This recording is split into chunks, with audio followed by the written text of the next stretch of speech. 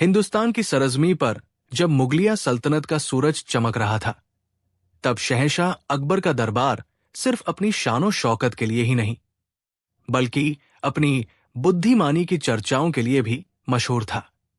उस दरबार में एक ऐसा नगीना था जिसकी चमक के आगे बड़े बड़े ज्ञानियों का तेज भी फीका पड़ जाता था, और वो थे बीरबल। लेकिन जहां फूल होते हैं वहां कांटे भी होते हैं। दरबार में कुछ मंत्री बीरबल की शोहरत और शहंशाह से उनकी नजदीकी से जलते थे। वे हर पल इसी ताक में रहते कि कैसे बीरबल को नीचा दिखाया जाए, कैसे उन्हें शहंशाह की नजरों से गिराया जाए। एक दिन दरबार लगा हुआ था, माहौल खुशनुमा था।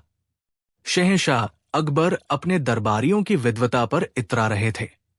अकबर ने गर्व से कहा, हमारे दरबार में एक से बढ़कर एक ज्ञानी और बुद्धिमान लोग हैं। हमें इस बात का फख्र है कि हमारी सल्तनत की नींव इतने काबिल लोगों के कंधों पर टिकी है। ये सुनते ही चापलूस दरबारियों ने तारीफों के पुल बांधने शुरू कर दिए।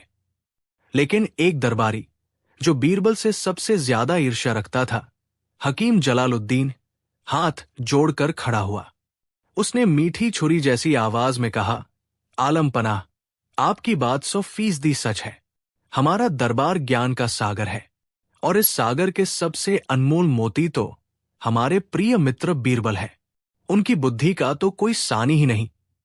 मुझे तो लगता है अगर उन्हें मौका दिया जाए तो वो किसी जानवर को भी पढ़ा लिखा कर ज्ञानी बना सकते हैं। माहौल में अचानक सन्नाटा छा गया। हकीम जलालुद्दीन का ये तीर सीधा निशाने पर लगा था। उसने बड़ी चालाकी से बीरबल को एक ऐसी चुनौती के जाल में फंसा दिया था जिससे निकलना नामुमकिन लग रहा था। जानवर को पढ़ाना, ये तो हास्यास्पद और असंभव था। बाकी दरबारी मन ही मन मुस्कुराने लगे। उन्हें लगा आज बीरबल का खेल खत्म। अकबर ने हकीम की ओर देखकर कहा, हकीम साहब, आपकी बात में दम है। अगर हमारा सबसे काबिल मंत्री ये भी नहीं कर सकता तो उसकी काबिलियत ही क्या। फिर अकबर बीरबल की ओर मुड़े। उनकी आंखों में एक चुनौती का भाव था। क्यों बीरबल, क्या तुम इस चुनौती को स्वीकार करते हो? क्या तुम एक जानवर को पढ़ना लिखना सिखा सकते हो? पूरे दरबार की निगाहें अब बीरबल पर थी। हवा में तनाव घुल चुका था। सबको लग रहा था कि बीरबल आज न कह देंगे और उनकी हार हो जाएगी। लेकिन बीरबल तो बीरबल थे। उन्होंने शांत भाव से अपना सिर झुकाया और मुस्कुराते हुए बोले, जहां पनाह, आपका हुक्म सर आंखों पर। मैं इस चुनौती को स्वीकार करता हूं। मैं एक गधे को पढ़ना सिखा सकता हूं। दरबार में कानाफूसी का शोर गूंज उठा। गधे को? ये तो पागलपन है। बीरबल आज बुरी तरह फंसे हैं। ऐसी आवाजें उठने लगी। बीरबल ने न सिर्फ चुनौती स्वीकार की, बल्कि जानवर के रूप में गधे का नाम लेकर इसे और भी मुश्किल बना दिया था। गधा, जिसे मूर्खता का प्रतीक माना जाता है। अकबर भी हैरान थे, पर अब वो पीछे नहीं हट सकते थे। अकबर ने कहा, ठीक है बीरबल, अगर तुम ऐसा कर सकते हो तो साबित करो। लेकिन याद रहे, ये कोई मजाक नहीं है। बीरबल ने गंभीरता से कहा, जहां पनाह, मुझे ये काम करने के लिए कुछ चीजों और थोड़े वक्त की जरूरत होगी। बोलो, तुम्हें क्या चाहिए? अकबर ने पूछा। बीरबल बोले, मुझे एक सेहतमंद गधा, एक बड़ी और मोटी किताब, रहने के लिए एक अलग और शांत जगह, और इस पूरे प्रशिक्षण के खर्च के लिए 5000 सोने की मोहरें चाहिए होंगी। 5000 मोहरों का नाम सुनते ही दरबारियों की आंखें फटी की फटी रह गई। हकीम जलालुद्दीन ने तुरंत आपत्ति जताई। 5000 मोहरें? जहां पनाह, ये तो शाही खजाने की बर्बादी है। एक गधे पर इतनी बड़ी रकम, ये तो बस बहाना बनाकर। बीरबल ने बात काटते हुए कहा, हकीम साहब, ये कोई आम पढ़ाई नहीं है। गधे को इंसान की भाषा और ज्ञान सिखाने के लिए खास तरह की किताबें, खास भोजन और एक विशेष वातावरण बनाना होगा। ये सब खर्च उसी के लिए है। अकबर बीरबल की चतुराई को जानते थे।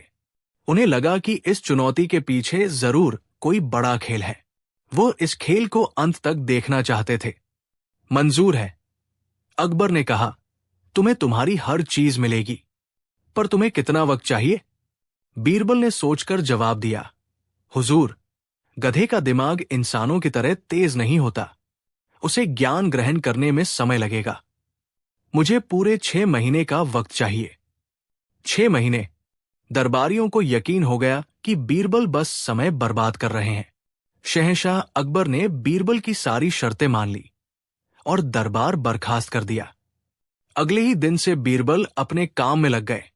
उन्होंने शहर के सबसे अच्छे गधों में से एक को चुना और उसे लेकर अपने बनाए हुए विद्यालय में आ गए।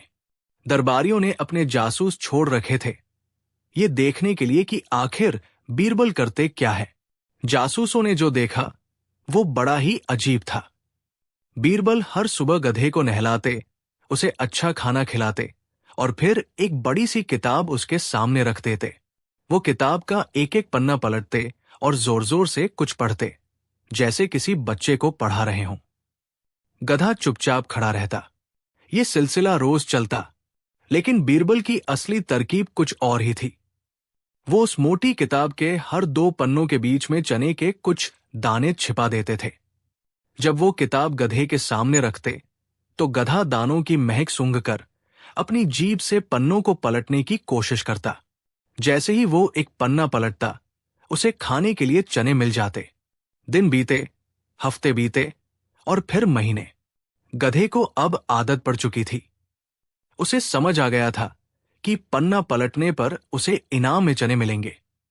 अब जैसे ही बीरबल किताब सामने रखते, गधा खुद ब खुद तेजी से एक एक करके पन्ने पलटने लगता। 5 महीने बीत चुके थे। हकीम जलालुद्दीन ने अकबर से कहा, जहांपनाह, बीरबल रोज गधे के सामने बैठकर बस किताब के पन्ने पलटते हैं और शाही खजाने से मिले पैसों से ऐश कर रहे हैं। वो आपको और पूरे दरबार को मूर्ख बना रहे हैं। अकबर ने जवाब दिया, सब्र करो हकीम, हमने 6 महीने का वक्त दिया है। वक्त पूरा होने पर दूध का दूध और पानी का पानी हो जाएगा। उधर बीरबल ने अपनी तैयारी के अंतिम चरण में प्रवेश किया। आखिरी महीने में उन्होंने किताब के पन्नों के बीच दाने रखना बंद कर दिया। अब जब गधा किताब के पन्ने पलटता तो उसे कुछ नहीं मिलता। वो बेचैन हो जाता और ज्यादा तेजी से पन्ने पलटता, और जब पूरी किताब खत्म हो जाती और उसे एक भी दाना नहीं मिलता, तो वो गुस्से और निराशा में जोर जोर से रेंकने लगता। बीरबल का प्रशिक्षण अब पूरा हो चुका था। आखिरकार 6 महीने पूरे हुए और फैसले का दिन आ गया। पूरा दरबार किसी तमाशे का इंतजार कर रहा था। हकीम जलालुद्दीन और उसके साथी दरबारियों के चेहरों पर जीत की मुस्कान थी। शहंशाह अकबर अपने सिंहासन पर विराजमान हुए और बोले, बीरबल, तुम्हारी दी हुई मियाद आज पूरी हुई। कहाँ है तुम्हारा पढ़ा लिखा गधा? आज तुम्हारी बुद्धि की परीक्षा है। बीरबल ने शांत भाव से कहा, जरूर जहांपनाह। बीरबल के इशारे पर 2 सेवक उस गधे को लेकर दरबार में हाजिर हुए। गधे के गले में एक सुंदर माला थी, जैसे वो कोई विद्वान हो। उसके पीछे एक सेवक एक बड़ी सी वैसी ही किताब लिए हुए था, जिसे एक चौकी पर रखा गया। हकीम जलालुद्दीन ने व्यंग्य से कहा, तो ये है हमारे पंडित जी। इनसे कुछ पूछें या ये खुद ही कुछ ज्ञान की बातें बताएंगे? बीरबल ने हकीम को नजरअंदाज करते हुए कहा, जहांपनाह, ये गधा अब किताब पढ़ना सीख चुका है, आप बस देखते जाइए। बीरबल ने गधे को चौकी के सामने खड़ा किया। पूरा दरबार सांस रोके देख रहा था। गधे ने किताब को देखा, उसे सूंघा। उसे चने के दानों की वही पुरानी महक याद आ गई। और फिर एक चमत्कार हुआ। गधे ने अपनी नाक और जीभ की मदद से किताब का पहला पन्ना पलटा, फिर दूसरा, फिर तीसरा। वो एक के बाद एक बड़ी ही सफाई से पन्ने पलटता गया। ऐसा लग रहा था मानो कोई सचमुच में ध्यान लगाकर किताब पढ़ रहा हो। दरबार में आश्चर्य और हैरानी की लहर दौड़ गई। अकबर अपनी गद्दी से थोड़ा आगे झुक गए। उनकी आंखें हैरानी से चौड़ी हो गई। दरबारी, जो हंसी उड़ाने के लिए तैयार थे, उनके मुंह खुले के खुले रह गए। हकीम जलालुद्दीन का चेहरा पीला पड़ गया। गधा लगातार पन्ने पलटता रहा, और कुछ ही मिनटों में उसने पूरी किताब के पन्ने पलट दिए। लेकिन जब आखिरी पन्ने के बाद भी उसे खाने के लिए एक भी दाना नहीं मिला, तो उसका सब्र जवाब दे गया। उसने अपना सिर उठाया, बीरबल की तरफ देखा और फिर पूरे दरबार को अपनी बुलंद आवाज में संबोधित किया, ढेंचू, ढेंचू, ढेंचू। गधे की आवाज सुनते ही दरबारी खिलखिलाकर हंस पड़ते। हकीम जलालुद्दीन को मौका मिल गया। देखा जहांपना, ये पढ़ नहीं रहा, ये तो बस रेंक रहा है। बीरबल ने हम सबको धोखा दिया है, इसे सजा मिलनी चाहिए। बाकी दरबारी भी हां में हां मिलाने लगे। माहौल फिर से बीरबल के खिलाफ हो गया। अकबर ने भी उलझन में बीरबल की ओर सवालिया नजरों से देखा। अब बारी बीरबल की थी। उन्होंने हाथ जोड़कर एक रहस्यमयी मुस्कान के साथ कहना शुरू किया, जहांपना, हकीम साहब सच को देख नहीं पा रहे हैं। ये गधा पढ़ ही तो रहा है। इसने पूरी किताब खत्म कर ली है और अब ये अपनी भाषा में किताब की समीक्षा कर रहा है। अकबर ने हैरानी से पूछा, समीक्षा? क्या मतलब? बीरबल ने गंभीर होकर समझाया, हुजूर, इसका कहना है मैंने पूरी किताब पढ़ ली, एक एक पन्ना देख लिया, पर मुझे इसमें से कुछ भी समझ नहीं आया। ये कैसी किताब है? इसमें तो ज्ञान की कोई बात ही नहीं लिखी। जहांपनाह, मैंने इसे पढ़ना तो सिखा दिया, पन्ने पलटना सिखा दिया, लेकिन इसे अक्ल देना और ज्ञान को समझना मेरे बस में नहीं था। इसकी समझ इतनी ही थी। एक पल के लिए दरबार में खामोशी छा गई और फिर बीरबल अपनी असली बात पर आए। उनकी नजर हकीम जलालुद्दीन और बाकी दरबारियों पर थी। आलम पनाह, हमारा समाज भी तो ऐसे ही पढ़े लिखे गधों से भरा पड़ा है। बहुत से लोग हैं जो बड़ी बड़ी किताबें पढ़ लेते हैं, डिग्रियां हासिल कर लेते हैं, लेकिन ज्ञान का एक अक्षर भी उनके आचरण में नहीं उतरता। वे बस पढ़ी हुई बातों को रटकर दूसरों के सामने रेंगते हैं, यानी बिना समझे बहस करते हैं, अपनी विद्वता का झूठा दिखावा करते हैं। असली ज्ञान तो समझ, विवेक और इंसानियत में है, सिर्फ पन्ने पलटने में नहीं। अब पूरे दरबार को और खुद शहंशाह अकबर को बीरबल की बात का असली मतलब समझ में आ गया। बीरबल के इन शब्दों ने सीधा दरबारियों के दिलों पर चोट की थी। ये सबक उस गधे के लिए नहीं, बल्कि उन इंसानों के लिए था जो ज्ञान का घमंड तो करते थे, पर बुद्धि और विवेक से कोसों दूर थे।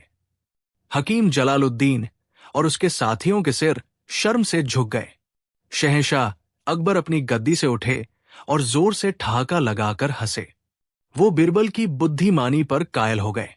वाह बीरबल, वाह! मान गए तुम्हारी अक्ल को।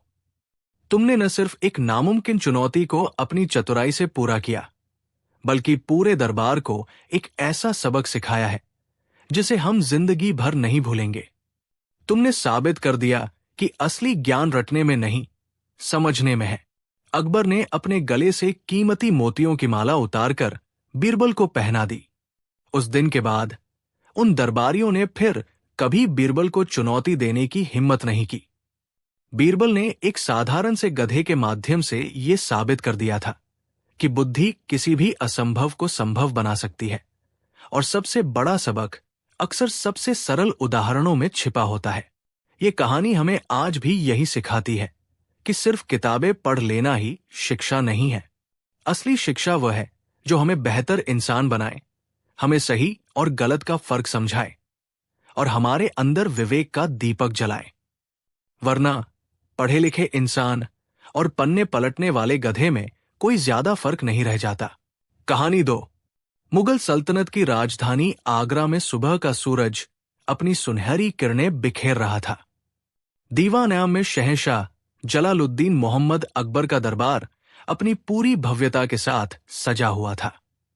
रेशमी कालीन, सोने चांदी की नक्काशी और कीमती रत्नों से जड़े स्तंभ शहंशाह के वैभव की कहानी कह रहे थे। दरबार में साम्राज्य के कोने कोने से आए अमीर, मंत्री, सेनापति और विद्वान अपने अपने स्थानों पर बैठे थे।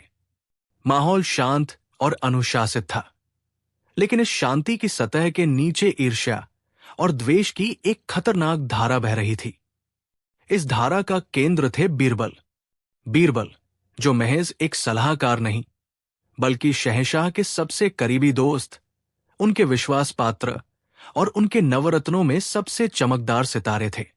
उनकी हाजिर जवाबी, उनकी असाधारण बुद्धिमत्ता और हर मुश्किल से मुश्किल गुत्थी को चुटकियों में सुलझा देने की उनकी क्षमता ने उन्हें न केवल शहंश का प्रिय बना दिया था, बल्कि आम जनता के दिलों में भी बसा दिया था। लेकिन जहां फूल होते हैं, वहां कांटे भी होते हैं। बीरबल की यही लोकप्रियता दरबार के कुछ शक्तिशाली लोगों की आंखों में बुरी तरह खटक रही थी। इनमें 3 लोग प्रमुख थे। पहला, मीर कासिम, बादशाह का एक वरिष्ठ मंत्री। वो चालाक, महत्वाकांक्षी और सत्ता का भूखा था। उसे लगता था कि बीरबल की वजह से बादशाह के सामने उसकी अहमियत कम हो गई है।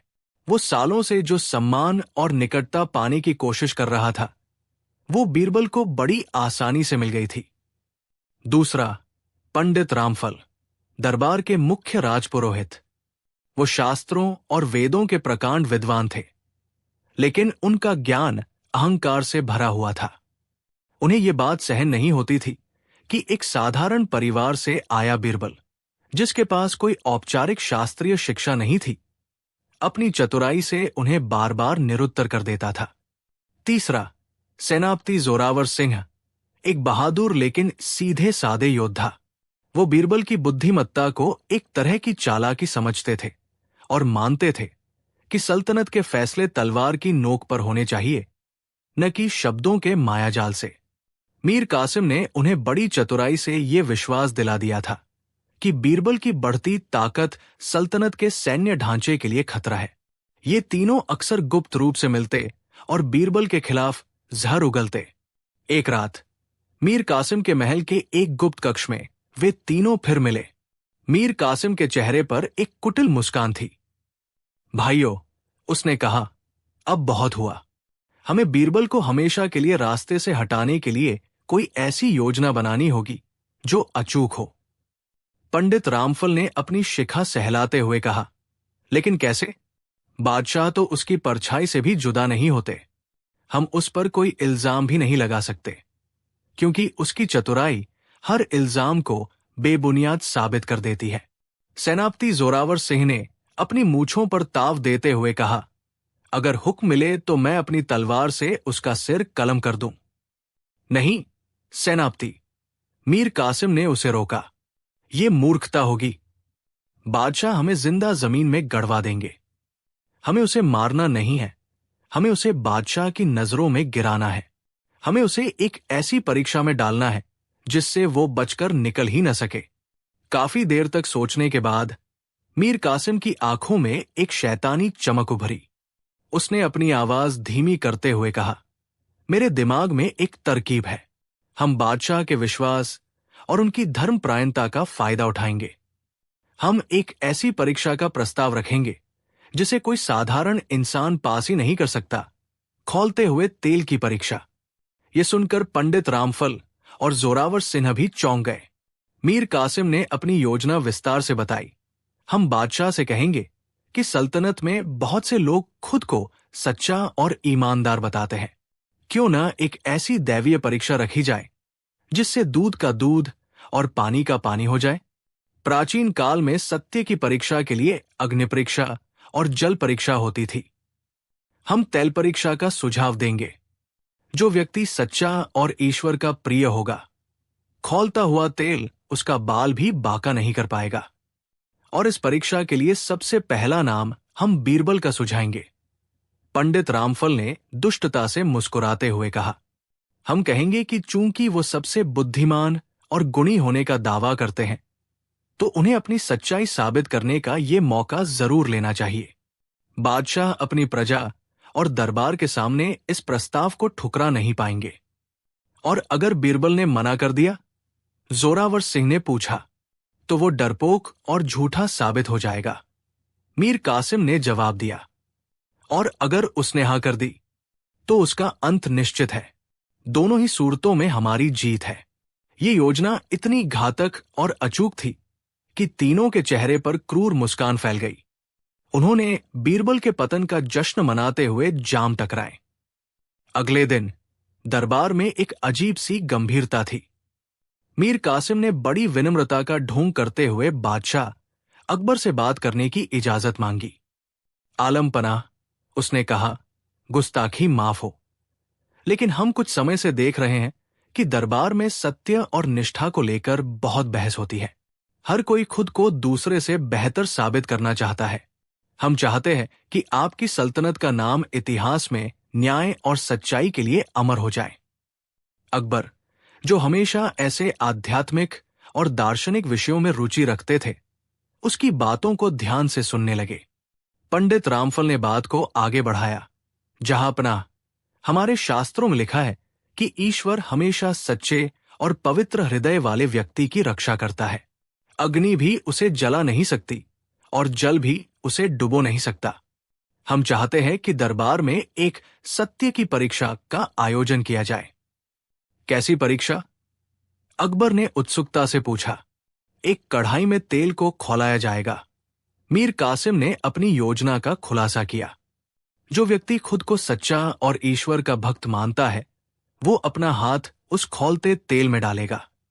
अगर वो सचमुच निर्दोष और पवित्र हुआ, तो ईश्वर के चमत्कार से उसका हाथ नहीं जलेगा। ये सुनकर दरबार में सन्नाटा छा गया। ये एक भयानक प्रस्ताव था। अकबर भी सोच में पड़ गए।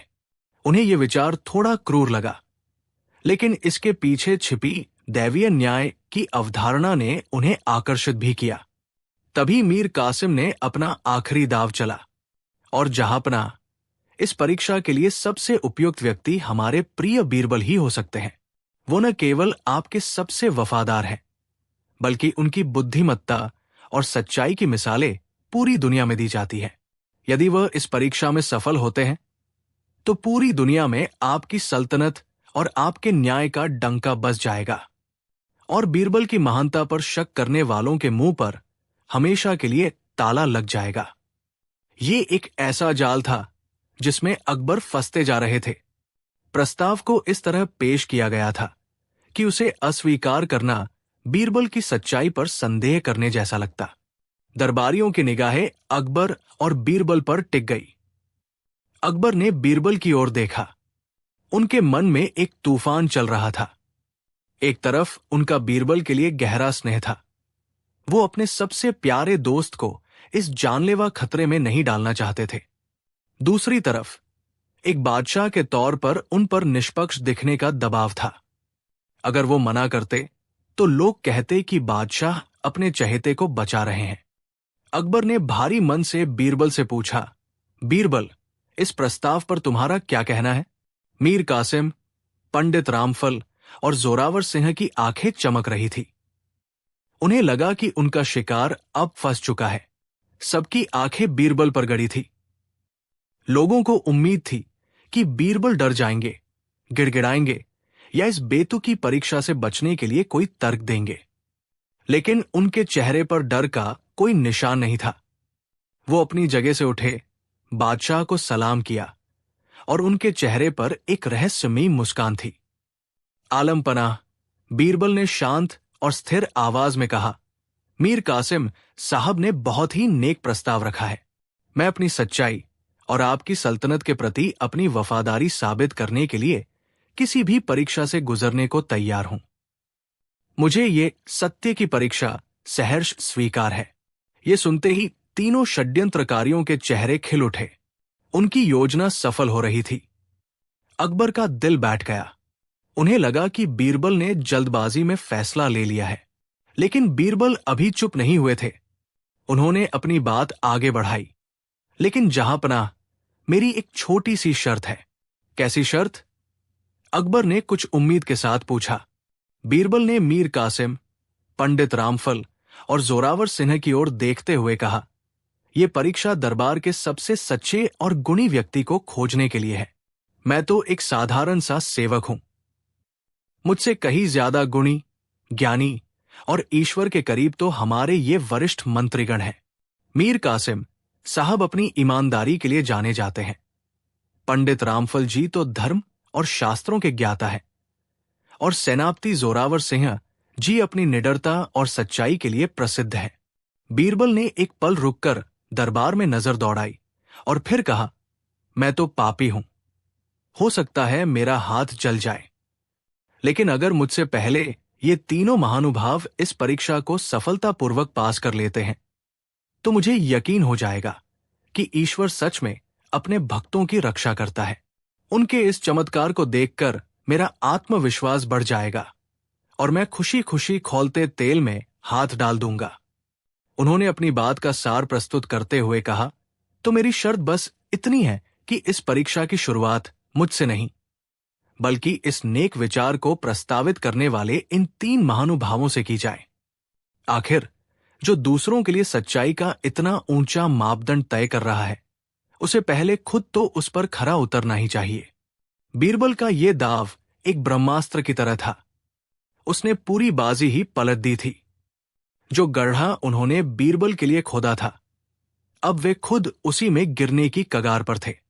मीर कासिम, पंडित रामफल और जोरावर सिंह के चेहरे का रंग उड़ गया।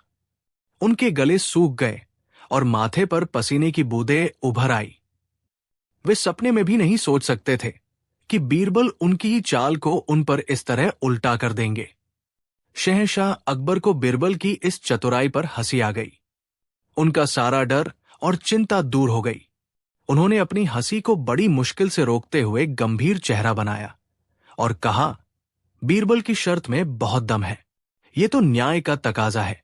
जो परीक्षा का प्रस्तावक है उसे ही उसकी शुरुआत करनी चाहिए।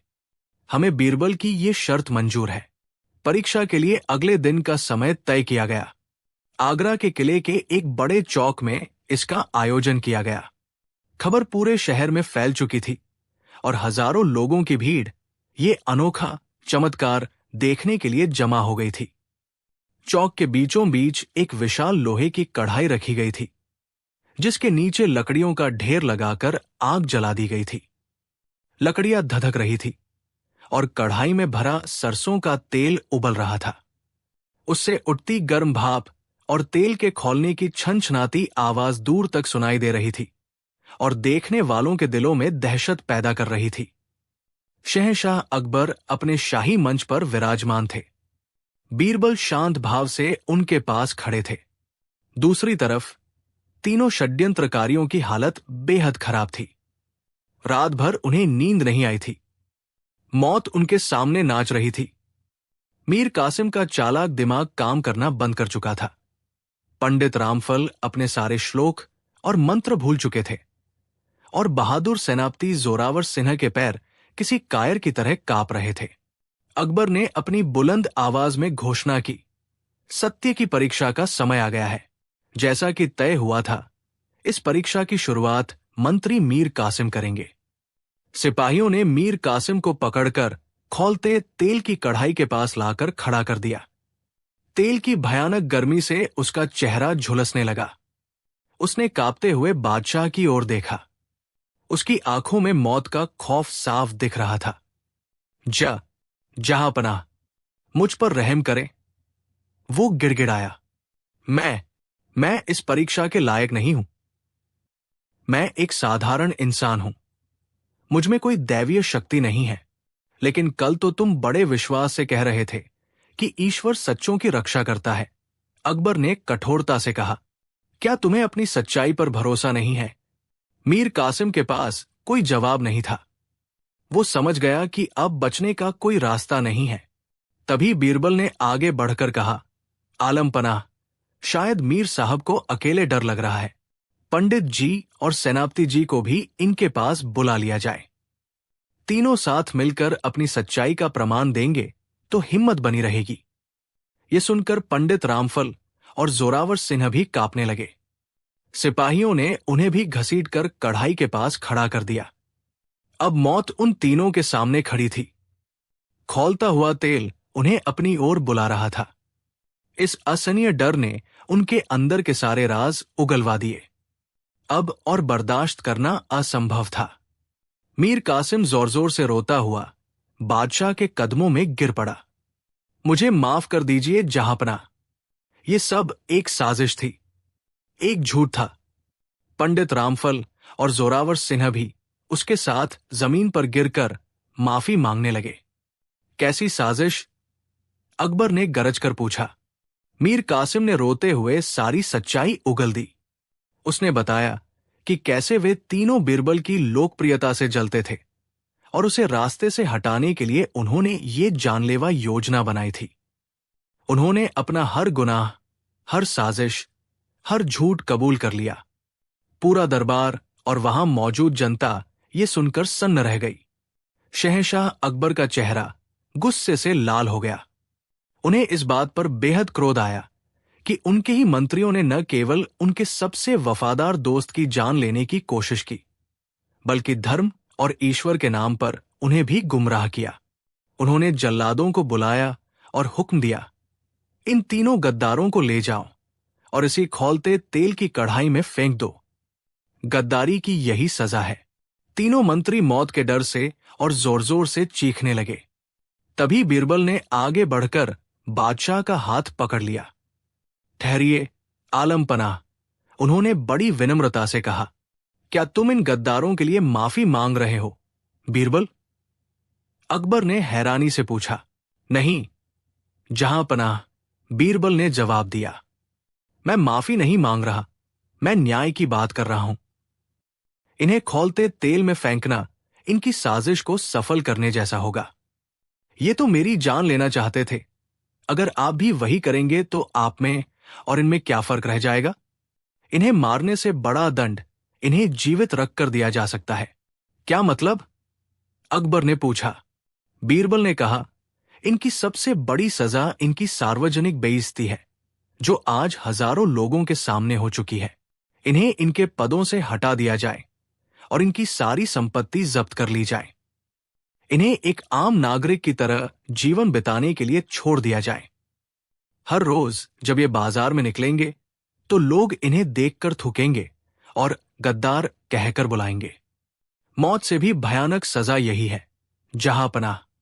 एक ऐसी सजा जो इन्हें हर पल अपने गुनाह का एहसास दिलाएगी। बीरबल की इस बात में इतनी गहराई और बुद्धिमत्ता थी कि अकबर का गुस्सा शांत हो गया। उन्होंने महसूस किया कि बीरबल न केवल बुद्धिमान है, बल्कि उनका हृदय भी बहुत विशाल है। उन्होंने बीरबल की सलाह मानते हुए फैसला सुनाया। तीनों को उनके पदों से बर्खास्त कर दिया गया और उनकी संपत्ति जब्त करके गरीबों में बांट दी गई।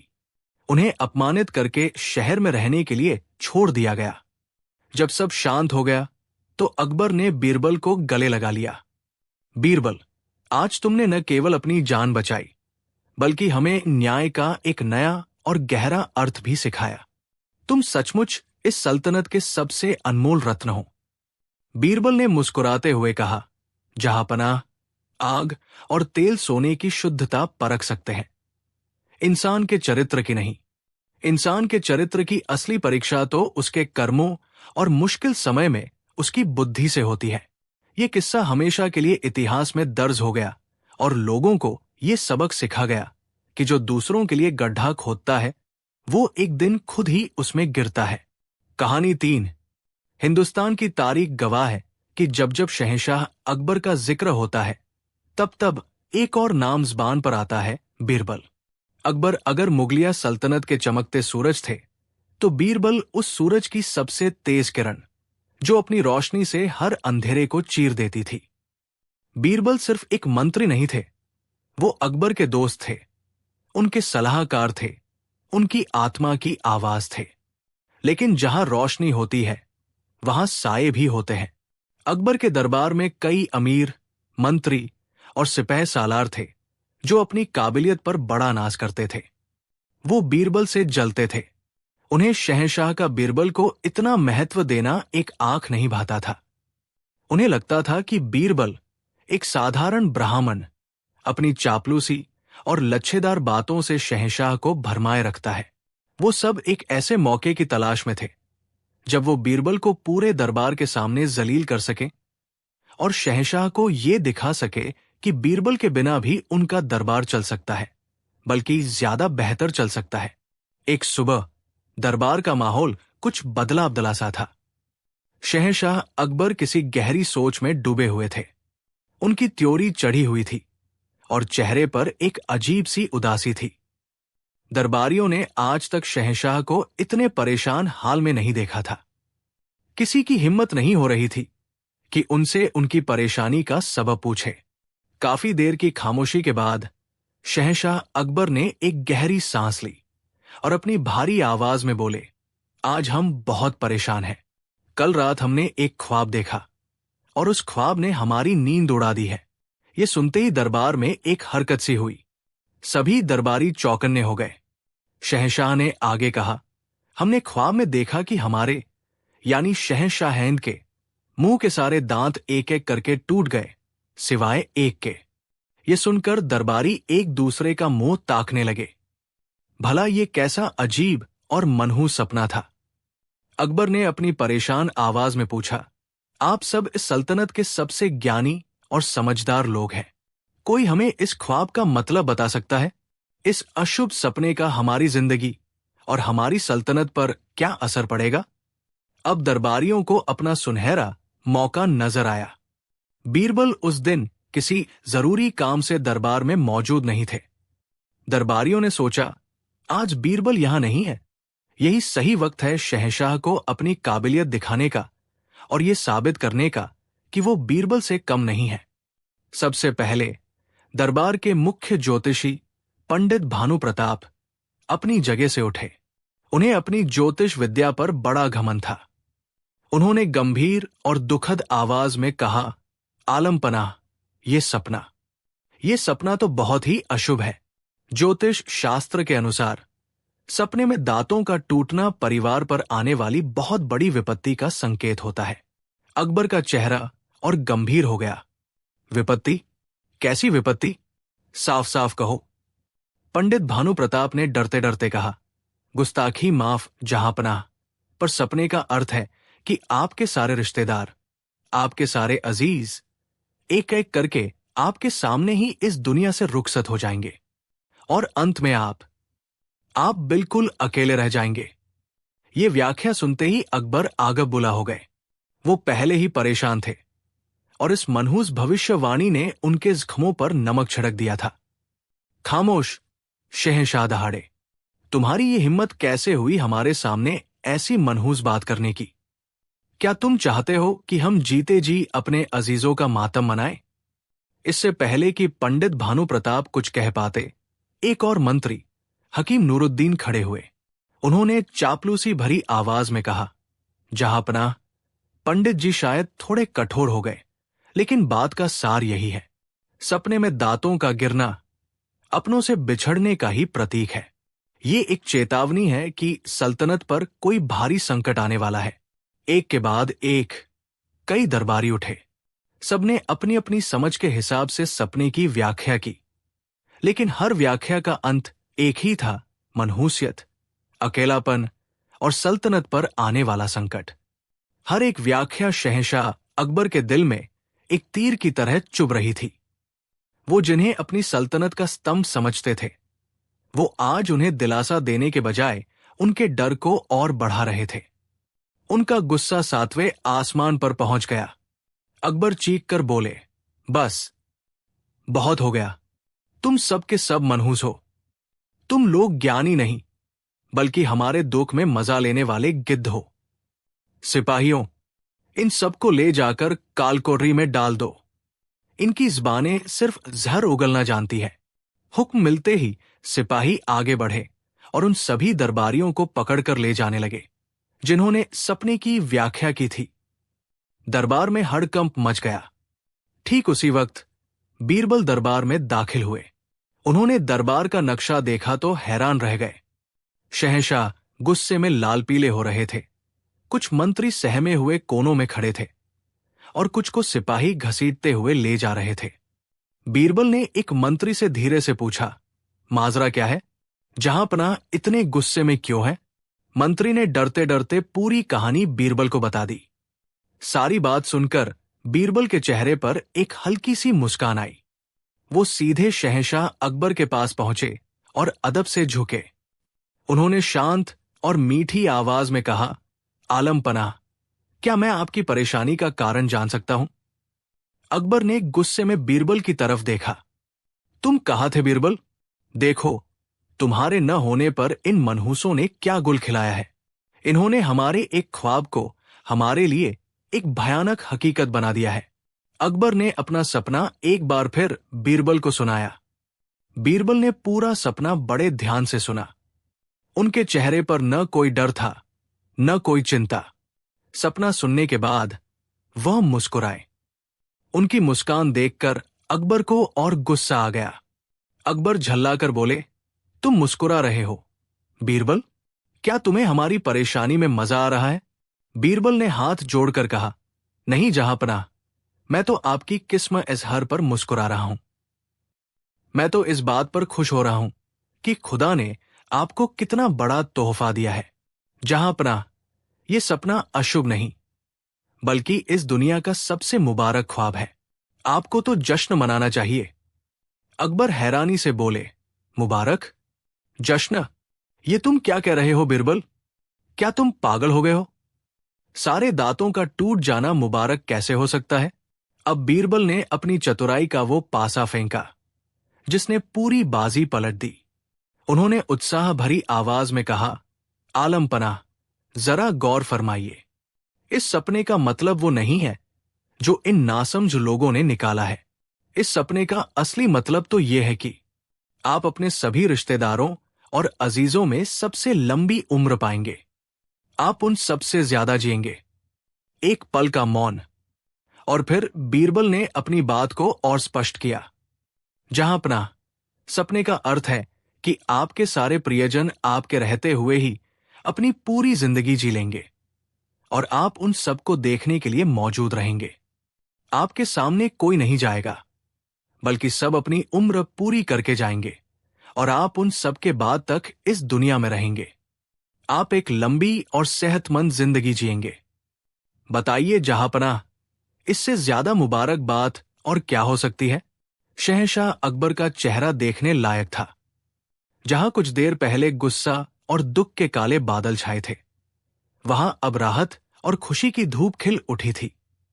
बात वही थी, मतलब वही था, लेकिन बीरबल के कहने का अंदाज बिल्कुल अलग था। शहंशाह अकबर अपनी गद्दी से उठे और बीरबल को गले लगा लिया। उन्होंने खुशी से कहा, वाह बीरबल, वाह, मान गए तुम्हारी अक्ल को। तुमने तो हमारे दिल का सारा बोझ ही उतार दिया। तुमने हमारी आंखों से निराशा का पर्दा हटाकर उम्मीद की रोशनी भर दी है। सच है, बात कहने का अंदाज ही बात को अच्छा या बुरा बनाता है।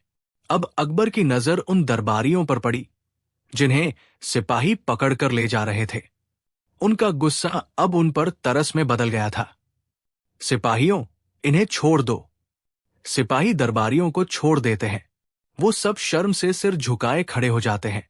अकबर ने उन दरबारियों से कहा, देखा तुम सबने, बात वही थी जो तुम सबने कही, लेकिन तुम्हारे और बीरबल में यही फर्क है। तुम लोगों ने सच को कड़वा बनाकर पेश किया, जिससे वो जहर बन गया, और बीरबल ने उसी सच को शहद में डुबोकर पेश किया, जिससे वो दवा बन गया।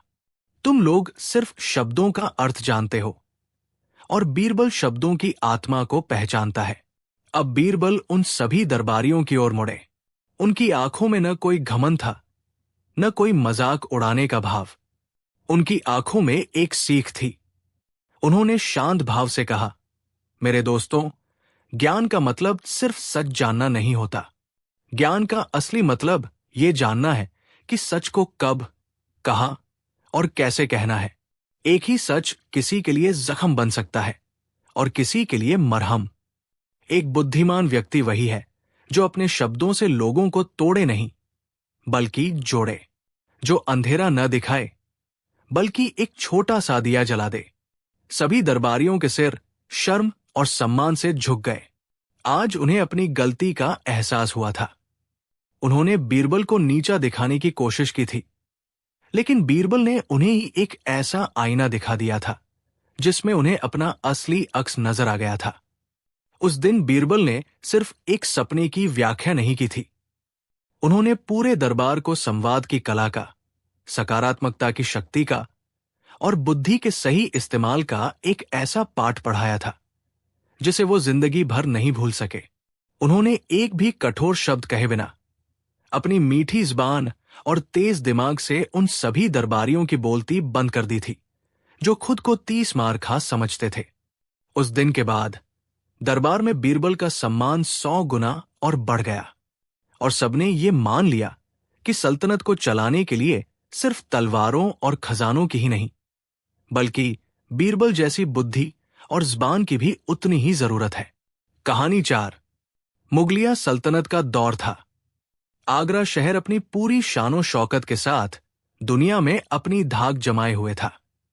यमुना के किनारे बसा ये शहर शहंशाह जलालुद्दीन मोहम्मद अकबर की राजधानी था। हर सुबह जब सूरज की पहली किरणें ताज के गुंबदों को चूमती तो अकबर का दरबार सजता था।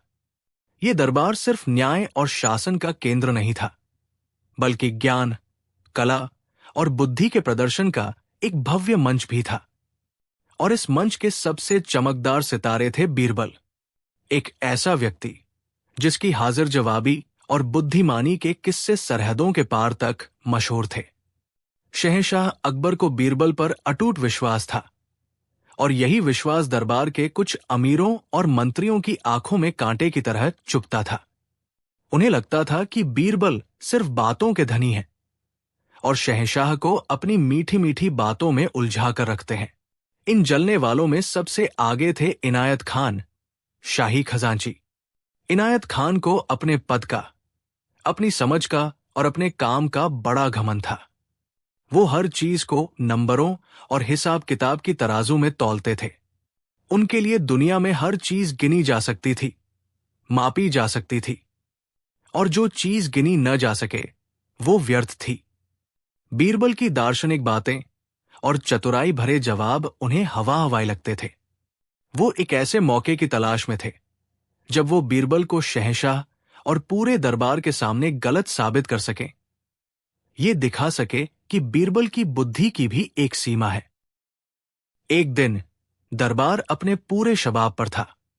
मौसम खुशनुमा था और शहंशाह अकबर का मिजाज भी। बातों बातों में जिक्र छिड़ा सल्तनत के संसाधनों का। एक मंत्री ने कहा, आलम पनाह, आपकी सल्तनत में दौलत की कोई कमी नहीं। खजाने सोने चांदी से भरे हैं, जमीनें सोना उगलती है और नदियां पानी के रूप में अमृत बहाती है। बस इनायत खान को अपना मौका मिल गया। वो अपनी जगह से उठे और अदब से झुककर बोले, जहांपनाह, मंत्री जी ने बिल्कुल दुरुस्त फरमाया। हमारी सल्तनत में हर चीज बेशुमार है, लेकिन क्या हम अपनी हर चीज की सही गिनती जानते हैं? क्या हम जानते हैं कि हमारे पास क्या और कितना है? अकबर ने उत्सुकता से पूछा, क्या मतलब है आपका, इनायत खान? आप तो खजांची है, आपको तो हर सिक्के का हिसाब पता है। इनायत खान ने एक मक्कार मुस्कान के साथ कहा, हुजूर, सिक्कों का हिसाब तो मेरे पास है, लेकिन सल्तनत में कुछ चीजें ऐसी भी है जिनका हिसाब लगाना शायद किसी के बस में नहीं। उनकी नजरें बीरबल को ढूंढ रही थी, जो हमेशा की तरह शांत भाव से सब कुछ देख सुन रहे थे। ऐसी कौन सी चीज है? अकबर की उत्सुकता बढ़ गई। इनायत खान ने अपना पासा फेंका, जहांपनाह, हमारे शाही बाग के पास जो पुराना कुआं है, क्या कोई बता सकता है कि उसमें ठीक ठीक कितनी बाल्टियां पानी है? यह सवाल सुनते ही पूरे दरबार में एक सन्नाटा छा गया और अगले ही पल दबी-दबी हंसी की आवाजें गूंजने लगी। यह कैसा बेतुका सवाल था? कुएं में पानी की गिनती बाल्टियों से? यह तो असंभव था। पानी तो घटता बढ़ता रहता है। कोई एक बाल्टी निकालेगा तो पानी कम हो जाएगा और जमीन से पानी रिसकर आएगा तो बढ़ जाएगा। इनायत खान की आंखों में जीत की चमक थी। उन्होंने एक ऐसा सवाल पूछा था जिसका कोई सटीक जवाब नहीं हो सकता था। वो जानते थे कि बीरबल या तो चुप रह जाएंगे या कोई गोलमोल जवाब देंगे, और दोनों ही सूरतों में उनकी हार होगी। अकबर भी इस सवाल की बेतुकी पर मुस्कुराए, लेकिन फिर उनकी पारखी नजरें बीरबल पर जा टिकी। वो जानते थे कि अगर इस दुनिया में कोई इस असंभव सवाल का जवाब दे सकता है तो वो बीरबल ही है। उन्होंने चुनौती भरे लहजे में पूछा, क्यों बीरबल, क्या आपके पास है इनायत खान के इस सवाल का कोई जवाब? क्या तुम बता सकते हो कि उस कुएं में कितनी बाल्टियां पानी है। पूरा दरबार अब बीरबल की ओर देख रहा था। इनायत खान और उनके साथी मंत्री व्यंग्य से मुस्कुरा रहे थे। उन्हें लगा आज बीरबल का सारा तिलिस्म टूट जाएगा। बीरबल अपनी जगह से उठे, उन्होंने शहंशाह को सलाम किया और फिर इनायत खान की आंखों में आंखें डालकर देखा। बीरबल ने शांत और दृढ़ आवाज में कहा, आलम पनाह, सवाल जितना अजीब है उतना ही दिलचस्प भी। मैं इस सवाल का जवाब जरूर दूंगा, लेकिन यह कोई मामूली गिनती नहीं है। मुझे इसके लिए थोड़ा वक्त और कुछ संसाधन चाहिए होंगे। ये सुनते ही इनायत खान जोर से हंसे। वक्त? संसाधन? अरे बीरबल, साफ साफ कहो कि तुम्हें जवाब नहीं पता। अब तुम बहाने बना रहे हो। बीरबल ने उनकी बात को अनसुना करते हुए शहंशाह से कहा, हुजूर, ये एक वैज्ञानिक गणना का विषय है। मुझे कुएं के पानी के स्तर, जमीन से आने वाले पानी की गति और पानी के उपयोग का अध्ययन करना होगा। इसके लिए मुझे 7 दिन का समय चाहिए। 7 दिन? दरबार में कानाफूसी शुरू हो गई। सबको लगा कि बीरबल सिर्फ अपनी हार को टाल रहे हैं। अकबर को भी थोड़ा आश्चर्य हुआ, लेकिन वो बीरबल की काबिलियत पर शक नहीं करना चाहते थे। ठीक है बीरबल, अकबर ने कहा, तुम्हें 7 दिन का समय दिया जाता है। 7 दिन बाद इसी दरबार में तुम्हें अपना जवाब पेश करना होगा। याद रहे, अगर तुम नाकाम हुए तो इनायत खान सही साबित होंगे और तुम्हें अपनी हार माननी होगी। जो हुक्म जहांपनाह, कहकर बीरबल अपनी जगह पर बैठ गए। इनायत खान की खुशी का ठिकाना नहीं था। उन्होंने अपने दोस्तों से कहा, देखना, 7 दिन बाद ये कोई मनगढ़ंत कहानी लेकर आएगा। इसकी सारी होशियारी धरी की धरी रह जाएगी। अगले दिन से बीरबल का अजीबोगरीब अनुसंधान शुरू हुआ। पूरा आगरा शहर इस अनोखी चुनौती के बारे में बात कर रहा था। इनायत खान ने अपने जासूस बीरबल के पीछे लगा दिए थे, ये देखने के लिए कि वो आखिर करते क्या है। जासूसों ने जो देखा वो उनकी समझ से परे था। बीरबल पहले दिन सुबह सुबह उस कुएं पर पहुंचे। उन्होंने पानी निकालने के लिए बाल्टी या रस्सी का इस्तेमाल नहीं किया। वो बस घंटों तक कुएं के किनारे बैठे रहे और चुपचाप पानी को देखते रहे। फिर वो उन पनिहारिनों से बातें करने लगे जो वहां पानी भरने आती थी। वो उनसे पूछते, तुम दिन में कितनी बार पानी भरती हो? तुम्हारी बाल्टी कितनी बड़ी है? क्या गर्मियों में पानी का स्तर कम हो जाता है? दूसरे दिन बीरबल धोबियों के पास पहुंचे जो कुएं के पास कपड़े धोते थे। उन्होंने उनसे भी घंटों बातें की। तीसरे दिन उन्होंने बाग के माली से पूछा कि वो पौधों को सींचने के लिए कितना पानी इस्तेमाल करता है। चौथे दिन वो बस कुएं में छोटे छोटे कंकड़ फेंकते रहे और उनकी आवाज सुनते रहे। इनायत खान तक जब ये खबरें पहुंची तो वो हंस हंस कर लोटपोट हो गए। मैंने कहा था ना, ये आदमी पागल हो गया है। कुएं में बाल्टियों की गिनती करने के बजाय वो लोगों से गपशप कर रहा है। वो बस समय बर्बाद कर रहा है। उन्होंने शहंशाह के कान भरने शुरू कर दिए। देखिए जहांपनाह, बीरबल शाही वक्त और आपकी दी हुई मोहलत का मजाक बना रहे हैं। लेकिन अकबर ने कहा, इंतजार करो इनायत खान, 7वें दिन का इंतजार करो। छठे दिन कुछ और भी अजीब हुआ। बीरबल ने शाही खजाने से एक बहुत बड़ी बाल्टी और एक बहुत छोटी लोटे के आकार की बाल्टी मंगवाई। वो दोनों बाल्टियों को लेकर कुएं पर गए और बस उन्हें देखते रहे। उन्होंने एक बूंद पानी भी नहीं निकाला। ये देखकर जासूसों का सिर चकरा गया। 7वां दिन आ गया, फैसले का दिन। दरबार खचाखच भरा हुआ था। आगरा के आम लोग भी इस अनोखे फैसले को सुनने के लिए महल के बाहर जमा थे। इनायत खान और उनके साथी आत्मविश्वास से भरे हुए थे। उन्हें पूरा यकीन था कि आज बीरबल की सार्वजनिक रूप से बेइज्जती होगी। शहंशाह अकबर सिंहासन पर विराजमान हुए। उनकी नजरें सीधी बीरबल पर थी। बीरबल, शहंशाह की आवाज में गंभीरता थी, तुम्हारी मोहलत खत्म हुई। पूरा दरबार और पूरी सल्तनत तुम्हारे जवाब का इंतजार कर रही है। बताओ, उस कुएं में कितनी बाल्टियां पानी है? बीरबल आगे आए। उनके चेहरे पर न कोई घबराहट थी न कोई चिंता, बस एक शांत मुस्कान थी। जहांपना, मैंने इन 7 दिनों में बड़ी मेहनत से उस कुएं का अध्ययन किया है और मैं अपने निष्कर्ष पर पहुंच चुका हूं। इनायत खान ने तंज कसा, तो बताइए महाशय, आपकी 7 दिनों की गपशप का क्या निष्कर्ष निकला? कितनी बाल्टियां हैं? 100, 1000 या लाख? बीरबल इनायत खान की ओर मुड़े और कहा, खजांची जी, आपका सवाल जितना सरल लगता है उतना है नहीं। कुएं में कितनी बाल्टियां पानी है, ये 2 बातों पर निर्भर करता है। 2 बातें? अकबर ने पूछा। वो कौन सी? बीरबल ने कहा, पहली बात यह, जहांपना, कि हम किस बाल्टी की बात कर रहे हैं। ये सुनते ही दरबार में एक खामोशी छा गई।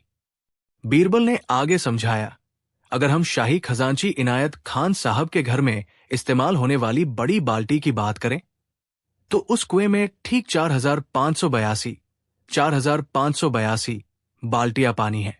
लेकिन अगर हम उस गरीब धोबी की छोटी और टूटी हुई बाल्टी से नापें तो उसी कुएं में 9,164 बाल्टियां पानी निकलेगा। और अगर हम उस प्यासे मुसाफिर के लोटे से नापें तो शायद 50,000 से भी ज्यादा। तो इनायत खान साहब, पहले आप ये तय करें कि हमें किस बाल्टी से गिनती करनी है। इनायत खान का चेहरा उतर गया। उन्होंने कभी इस पहलू से सोचा ही नहीं था। ये जवाब अपने आप में लाजवाब था। लेकिन बीरबल अभी रुके नहीं थे और जहांपनाह, बीरबल ने अपनी आवाज में और गंभीरता लाते हुए कहा, यह तो मेरे जवाब का सिर्फ एक हिस्सा है। असली सवाल तो कुछ और है। वो क्या? अकबर की उत्सुकता चरम पर थी। बीरबल ने कहा, असली सवाल यह है कि क्या हम सिर्फ उस पानी की गिनती कर रहे हैं जो अभी कुएं में मौजूद है, या उस पानी की भी जो कुएं में लगातार आ रहा है। अब इनायत खान समेत पूरा दरबार चकरा गया। बीरबल ने अपनी बात को और स्पष्ट किया, जहांपनाह, कुआं कोई बंद बर्तन नहीं है। वो धरती मां के सीने से जुड़ा है।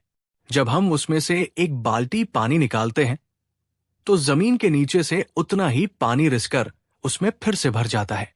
तो अगर आपका सवाल यह है कि वो कुआं हमें कुल कितनी बाल्टियां पानी दे सकता है, तो उसका जवाब है अनगिनत।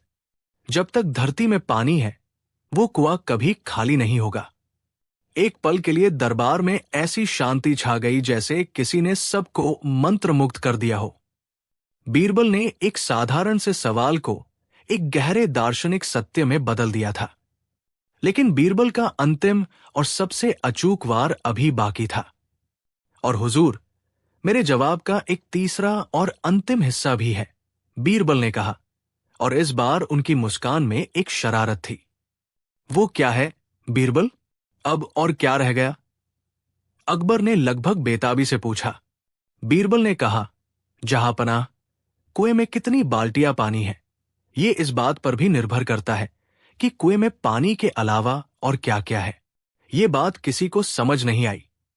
बीरबल ने समझाया, हुजूर, अगर हम कुएं में से सारा पानी निकाल दें और फिर उसके अंदर पड़े हुए पत्थर, मिट्टी, कंकड़, लोगों की गिरी हुई चीजें और वो बड़ा सा मेंढक जो पिछले 1 साल से वही रहता है, उन सबको बाहर निकाल दे और फिर कुएं में वापस उतना ही पानी भरे, तो अब कुएं में ज्यादा बाल्टियां पानी आएगा, क्योंकि अब पानी भरने के लिए जगह ज्यादा है। ये सुनते ही शहंशाह अकबर खुद को रोक नहीं पाए और जोर से ठहाका मारकर हंस पड़े। उनकी हंसी की गूंज से पूरा दरबार गूंज उठा। इनायत खान का चेहरा शर्म से लाल हो चुका था। वो जहां बीरबल को एक सीधे सवाल में फंसाना चाहते थे, वही बीरबल ने उस सवाल के इतने पहलू निकाल दिए थे कि उनका अपना सिर चकरा गया था। बीरबल ने अपनी बात समाप्त करते हुए कहा, तो जहांपनाह, आपके सवाल का कोई एक जवाब नहीं है। जवाब इस पर निर्भर करता है कि आपकी बाल्टी कितनी बड़ी है। आप सिर्फ मौजूद पानी गिन रहे हैं या आने वाले पानी को भी, और कुआं अंदर से कितना खाली है। बिना इन सब बातों को तय किए इस सवाल का जवाब देना मूर्खता होगी। शहंशाह अकबर अपनी गद्दी से उठे, बीरबल के पास आए और उनके कंधे पर हाथ रखकर कहा, मान गए बीरबल, तुम सिर्फ मेरे मंत्री नहीं, मेरे दिमाग की आंखें हो। तुमने आज फिर साबित कर दिया कि सच्ची बुद्धि चीजों को सिर्फ गिनने में नहीं, बल्कि उन्हें सही ढंग से समझने में है। इनायत खान हिसाब में माहिर हो सकते हैं, लेकिन तुम जिंदगी के हिसाब में माहिर हो। इनायत खान ने शर्मिंदगी से अपना सिर झुका लिया। उन्हें आज एक ऐसा सबक मिला था जिसे वो जिंदगी भर नहीं भूल सकते थे।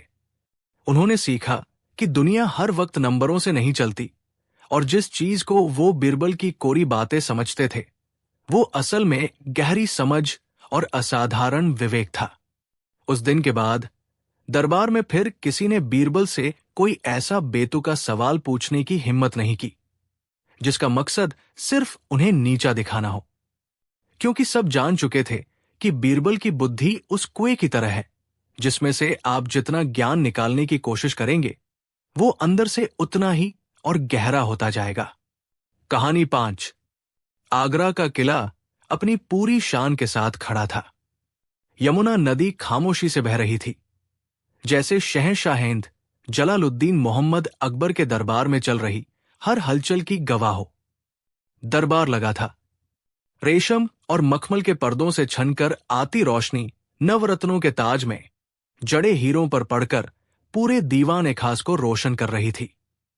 शहंशाह अकबर का मिजाज आज कुछ अलग था। वो खुश थे, लेकिन उनकी खुशी में एक शरारत और चुनौती का भाव मिला हुआ था। उनकी नजरें बार बार अपने सबसे प्रिय सलाहकार बीरबल पर जा टिकती थी। बीरबल, जो अपनी जगह पर शांत और सहज भाव से बैठे थे, जैसे उन्हें अंदाजा ही न हो कि आज उनकी बुद्धि की सबसे कठिन परीक्षा होने वाली है। दरबार में मौजूद अन्य मंत्री और अमीर बीरबल की इस सहजता से जलते थे। उन्हें लगता था कि शहंशाह बीरबल को कुछ ज्यादा ही सिर पर चढ़ाते हैं। आज वो सब भी एक तमाशे के इंतजार में थे। अकबर ने अपनी गद्दी पर तनकर बैठते हुए अपनी भारी आवाज में कहा, आज हमारे मन में एक सवाल कौंध रहा है, एक ऐसा सवाल जो इस सल्तनत की नींव से जुड़ा है। पूरा दरबार एकदम शांत हो गया। सबकी नजरें शहंशाह पर टिक गई। अकबर ने अपनी पारखी निगाहों से बीरबल को देखा और सीधे मुद्दे पर आ गए। बीरबल, हम जानते हैं कि तुम बहुत बुद्धिमान हो। तुम्हारी हाजिर जवाबी का कोई मुकाबला नहीं, लेकिन आज हम तुमसे एक सीधा सवाल पूछना चाहते हैं और हमें इसका सीधा जवाब चाहिए। बीरबल अपनी जगह से उठे और अदब से सिर झुकाकर बोले, हुक्म कीजिए जहांपना। ये नाचीज आपकी हर आज्ञा का पालन करेगा। अब अकबर ने वो सवाल पूछा जिसने पूरे दरबार में जैसे एक भूचाल ला दिया। बीरबल, तुम बड़े या हम? एक पल के लिए दीवान खास में सन्नाटा छा गया। हवा जैसे थम सी गई। ये कैसा सवाल था? एक मंत्री की तुलना शहंशाहन से? ये तो सूरज से दिए की तुलना करने जैसा था। दरबारियों की आंखों में एक क्रूर चमक आ गई। आज बीरबल फंस गए थे, बुरी तरह फंस गए थे। ये एक ऐसा जाल था जिसके दोनों सिरे खतरनाक थे। अगर बीरबल कहते, जहांपनाह, आप बड़े हैं, तो ये एक साधारण चापलूसी भरा जवाब होता। शहंशाह कह सकते थे, ये तो हम जानते ही हैं, इसमें तुम्हारी बुद्धि कहाँ है? और दरबारी मजाक उड़ाते कि बीरबल डर गए। और अगर खुदान खास्ता बीरबल ने ज़बान से ये निकाल दिया कि मैं बड़ा हूं, तो ये सीधे सीधे शहंशाह की तौहीन थी। ये राजद्रोह था जिसकी सजा मौत से कम नहीं थी। सभी दरबारी, खासकर मुल्ला दो प्याजा और सेनापति मान सिंह, जो बीरबल की चतुराई से अक्सर परेशान रहते थे, मन ही मन मुस्कुरा रहे थे। उन्हें लगा, आज बीरबल की कहानी का आखिरी पन्ना लिखा जाएगा। अकबर भी बीरबल के चेहरे के बदलते भावों को बड़े ध्यान से देख रहे थे। वो जानते थे कि उन्होंने बीरबल को एक ऐसी खाई के किनारे खड़ा कर दिया है जहां से बचना नामुमकिन है। लेकिन बीरबल के चेहरे पर शिकन तक नहीं आई। उन्होंने एक पल के लिए अपनी आंखें बंद की और फिर एक शांत मुस्कान के साथ उन्हें खोला। आलम पनाह, बीरबल ने अपनी सधी हुई आवाज में कहा, आपका सवाल जितना गहरा है, उसका जवाब उतना ही सरल है। लेकिन इस जवाब को समझने के लिए मुझे आपकी थोड़ी मदद और 24 घंटे की मोहलत चाहिए। ये सुनते ही एक दरबारी ने तंज कसा, वाह, जवाब सोचने के लिए 24 घंटे? लगता है आज अक्ल घास चरने गई है। अकबर ने उस दरबारी को घूरकर चुप कराया। उन्हें बीरबल के इस आत्मविश्वास में कुछ खास नजर आया। ठीक है बीरबल, शहंशाह ने कहा, तुम्हें 24 घंटे का वक्त दिया जाता है। कल इसी वक्त, इसी दरबार में तुम्हें अपना जवाब पेश करना होगा। लेकिन याद रहे, अगर तुम्हारा जवाब हमारे दिल को नहीं छुपाया या उसमें जरा भी गुस्ताखी की बू आई, तो तुम्हें सल्तनत छोड़कर जाना होगा। ये एक बहुत बड़ी शर्त थी। देश निकाला। बीरबल ने शांत भाव से सिर झुकाकर शर्त मंजूर कर ली और दरबार से चले गए। उनके जाने के बाद दरबार में कानाफूसी का दौर शुरू हो गया। अब क्या करेगा ये? कोई कहानी गढ़ेगा। कल देखना कैसे शहंशाह के पैरों में गिरकर माफी मांगेगा। उस रात आगरा शहर में कई लोगों को नींद नहीं आई। दरबारियों को कल होने वाले तमाशे का इंतजार था और आम जनता को इस बात की चिंता थी कि उनका प्रिय बीरबल इस मुश्किल से कैसे निकलेगा। अगले दिन दरबार वक्त से पहले ही खचाखच भर गया था। शहंशाह अकबर अपने सिंहासन पर विराजमान थे। उनके चेहरे पर एक गंभीर उत्सुकता थी। सबकी निगाहें दरवाजे पर टिकी थी। तभी बीरबल ने दरबार में प्रवेश किया। वो अकेले नहीं थे, उनके साथ 2 और लोग थे जिन्हें देखकर पूरा दरबार हैरान रह गया। एक था शहर का सबसे अमीर सेठ, जिसके कपड़ों से इत्र की महक आ रही थी और उंगलियों में हीरे की अंगूठियां चमक रही थी। और दूसरा था एक फटेहाल भिखारी, जिसके तन पर चिथड़े थे और आंखों में दुनिया भर की गरीबी और लाचारी। ये क्या तमाशा था? बीरबल इन दोनों को दरबार में क्यों ले आए थे? बीरबल शहंशाह के सामने पहुंचे और तीनों ने झुककर सलाम किया। बीरबल, ये सब क्या है? अकबर ने पूछा। हमने तुमसे एक सवाल का जवाब मांगा था और तुम यहां पूरी नुमाइश लेकर चले आए। बीरबल ने हाथ जोड़कर कहा, गुस्ताखी माफ जहांपनाह। मेरा जवाब इन्हीं दोनों में छिपा है। बस आप मुझे अपनी बात रखने की इजाजत दें। अकबर ने इशारा किया। बीरबल उस अमीर सेठ की ओर मुड़े। सेठ जी, बीरबल ने पूछा, आप इस शहर के सबसे धनी व्यक्ति हैं। क्या आप इस फकीर को अपनी दौलत में से 100 सोने की अशर्फिया दान में दे सकते हैं? सेठ ने घमंड से शहंशाह की ओर देखा और फिर बीरबल से कहा, 100 अशर्फिया? आप कहें तो मैं इसे 1000 अशर्फिया दे दूं। मेरे लिए ये मामूली बात है। बहुत खूब, बीरबल मुस्कुराए। फिर वो उस फकीर की ओर मुड़े। और तुम, क्या तुम सेठ जी से ये दान स्वीकार करोगे? फकीर की आंखों में चमक आ गई। उसने जल्दी जल्दी सिर हिलाया। क्यों नहीं हुजूर, ये तो मेरी किस्मत खुल जाएगी। अब बीरबल शहंशाह अकबर की ओर मुड़े। आलम पनाह, बीरबल ने कहा, अब मेरी आपसे गुजारिश है। क्या आप शहंशाह होकर इस फकीर को अपनी सल्तनत में से एक छोटा सा गांव जागीर में दे सकते हैं? ये सुनकर दरबारी हंसने लगे। भला एक शहंशाह की तुलना एक सेठ से? अकबर ने भी मुस्कुराते हुए कहा, बीरबल, तुम भी क्या बात करते हो? हम एक गांव की बात करते हैं। हम चाहें तो इसे एक पूरा सूबा बख्श दे। हमारे लिए ये क्या बड़ी बात है? तो आप इसे एक गांव दे रहे हैं? बीरबल ने पूछा। हां, हम हुक्म देते हैं कि आगरा के पास का गांव रामपुर आज से इस फकीर के नाम किया जाता है। अकबर ने ऐलान किया। फकीर तो जैसे खुशी से बेहोश होने वाला था।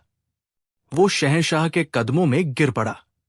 अब दरबार में मौजूद हर व्यक्ति उलझन में था। बीरबल ये सब करके क्या साबित करना चाहते थे? अब आया कहानी का वो मोड़ जिसने इतिहास में बीरबल का नाम हमेशा के लिए अमर कर दिया। बीरबल पहले उस अमीर सेठ के पास गए। सेठ जी, आप बहुत बड़े दानी हैं। आपने इस फकीर को 100 अशर्फिया देने का वादा किया। क्या आप इससे ये कह सकते हैं कि इस शहर को छोड़कर चले जाऊं? सेठ हैरान रह गया। मैं ये कैसे कह सकता हूं? मैं तो सिर्फ दौलत दे सकता हूं। किसी को उसके घर से निकालने का हक मुझे किसने दिया? ये तो सिर्फ शहंशाही कर सकते हैं। बिल्कुल सही, बीरबल ने कहा। फिर वो शहंशाह अकबर की ओर मुड़े और उनकी आंखों में आंखें डालकर वो ऐतिहासिक शब्द कहे, आलम पनाह, आपने इस फकीर को एक पूरा गाँव दिया। आपकी बड़ाई और दरियादिली का कोई मुकाबला नहीं। आप इस सेठ से कहीं ज्यादा बड़े हैं। आप चाहें तो किसी को जमीन से उठाकर आसमान पर बिठा दें। अकबर गर्व से मुस्कुराए।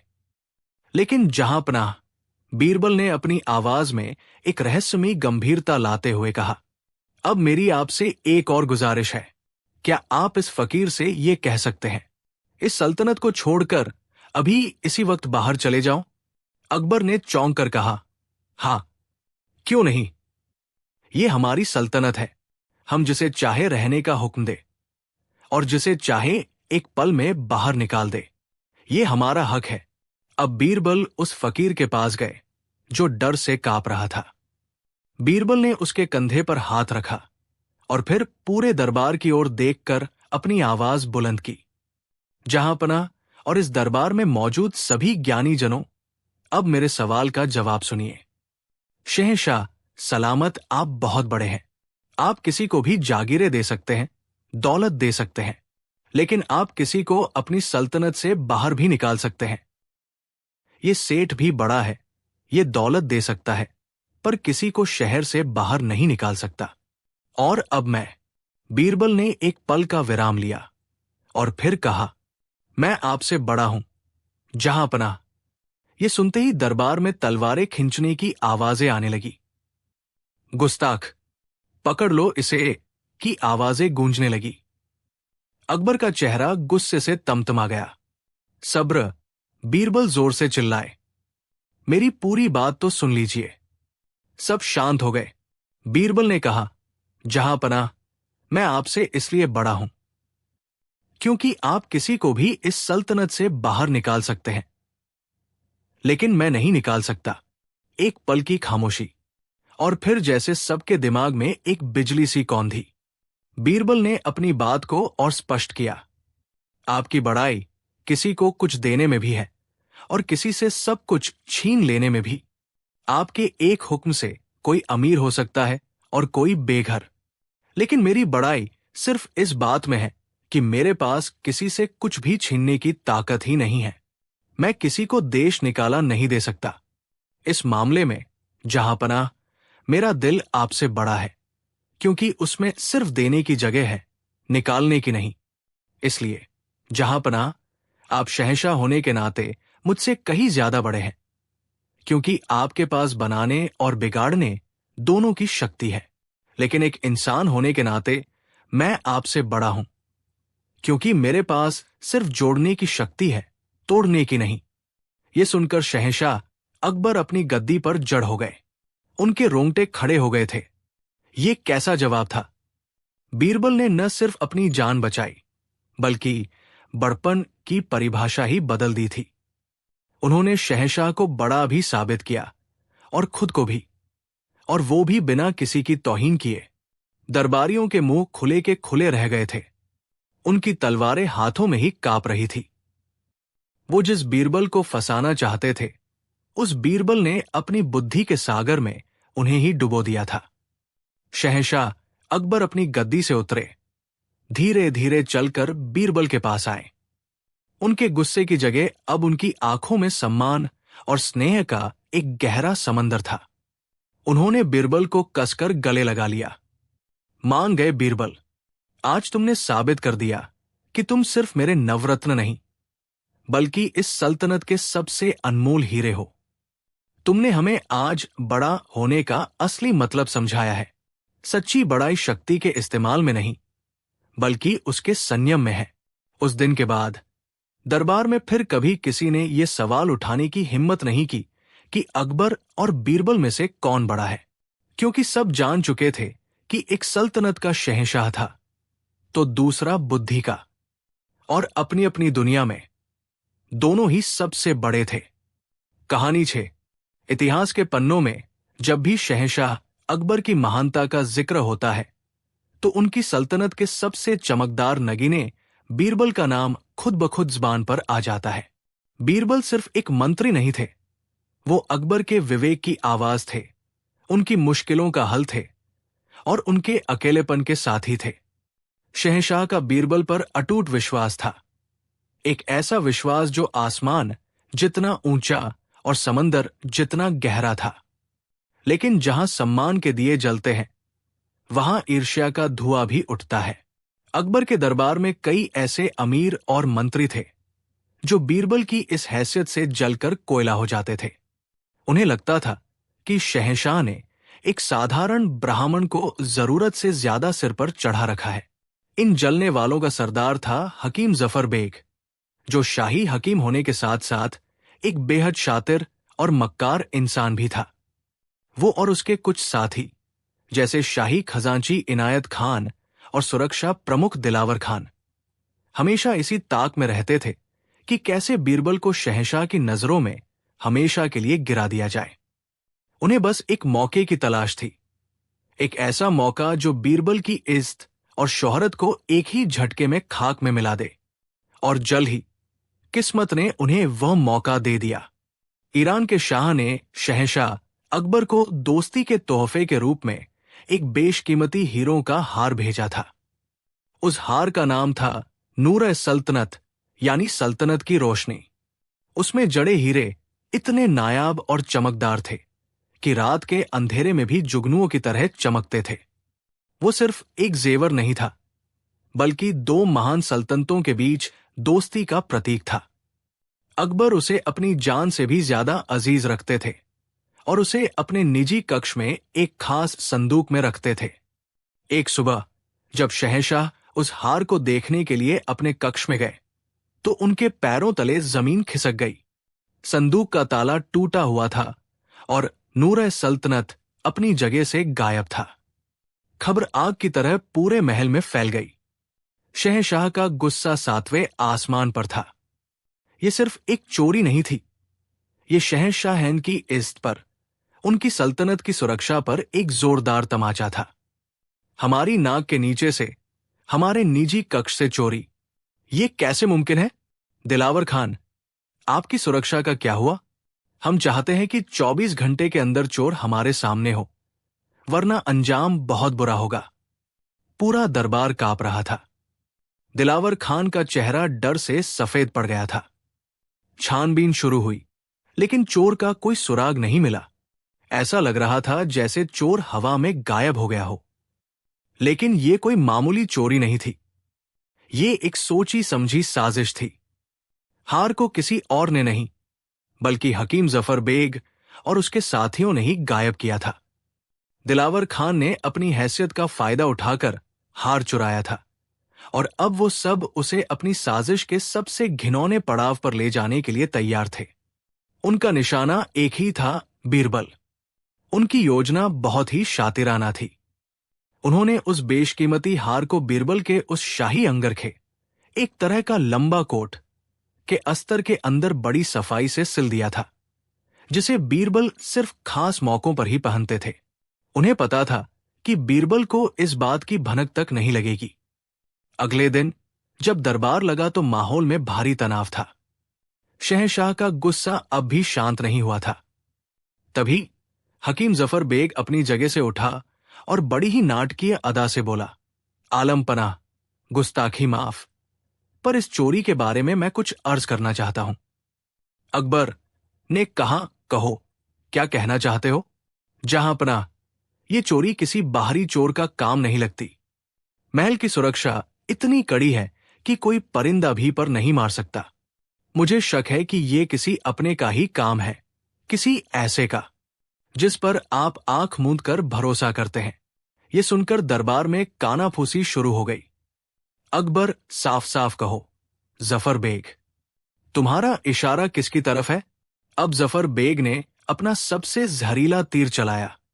उसने बीरबल की ओर इशारा करते हुए कहा, आलम पनाह, मेरा शक आपके सबसे चहेते सलाहकार बीरबल की तरफ है। ये सुनते ही जैसे पूरे दरबार में बिजली दौड़ गई। बीरबल, जो शांत खड़े थे, उन्होंने भी हैरानी से जफर बेग को देखा। खुद शहंशाह अकबर अपनी गद्दी पर तनकर बैठ गए। अकबर ने गुस्से से कहा, जफर बेग, होश में तो हो?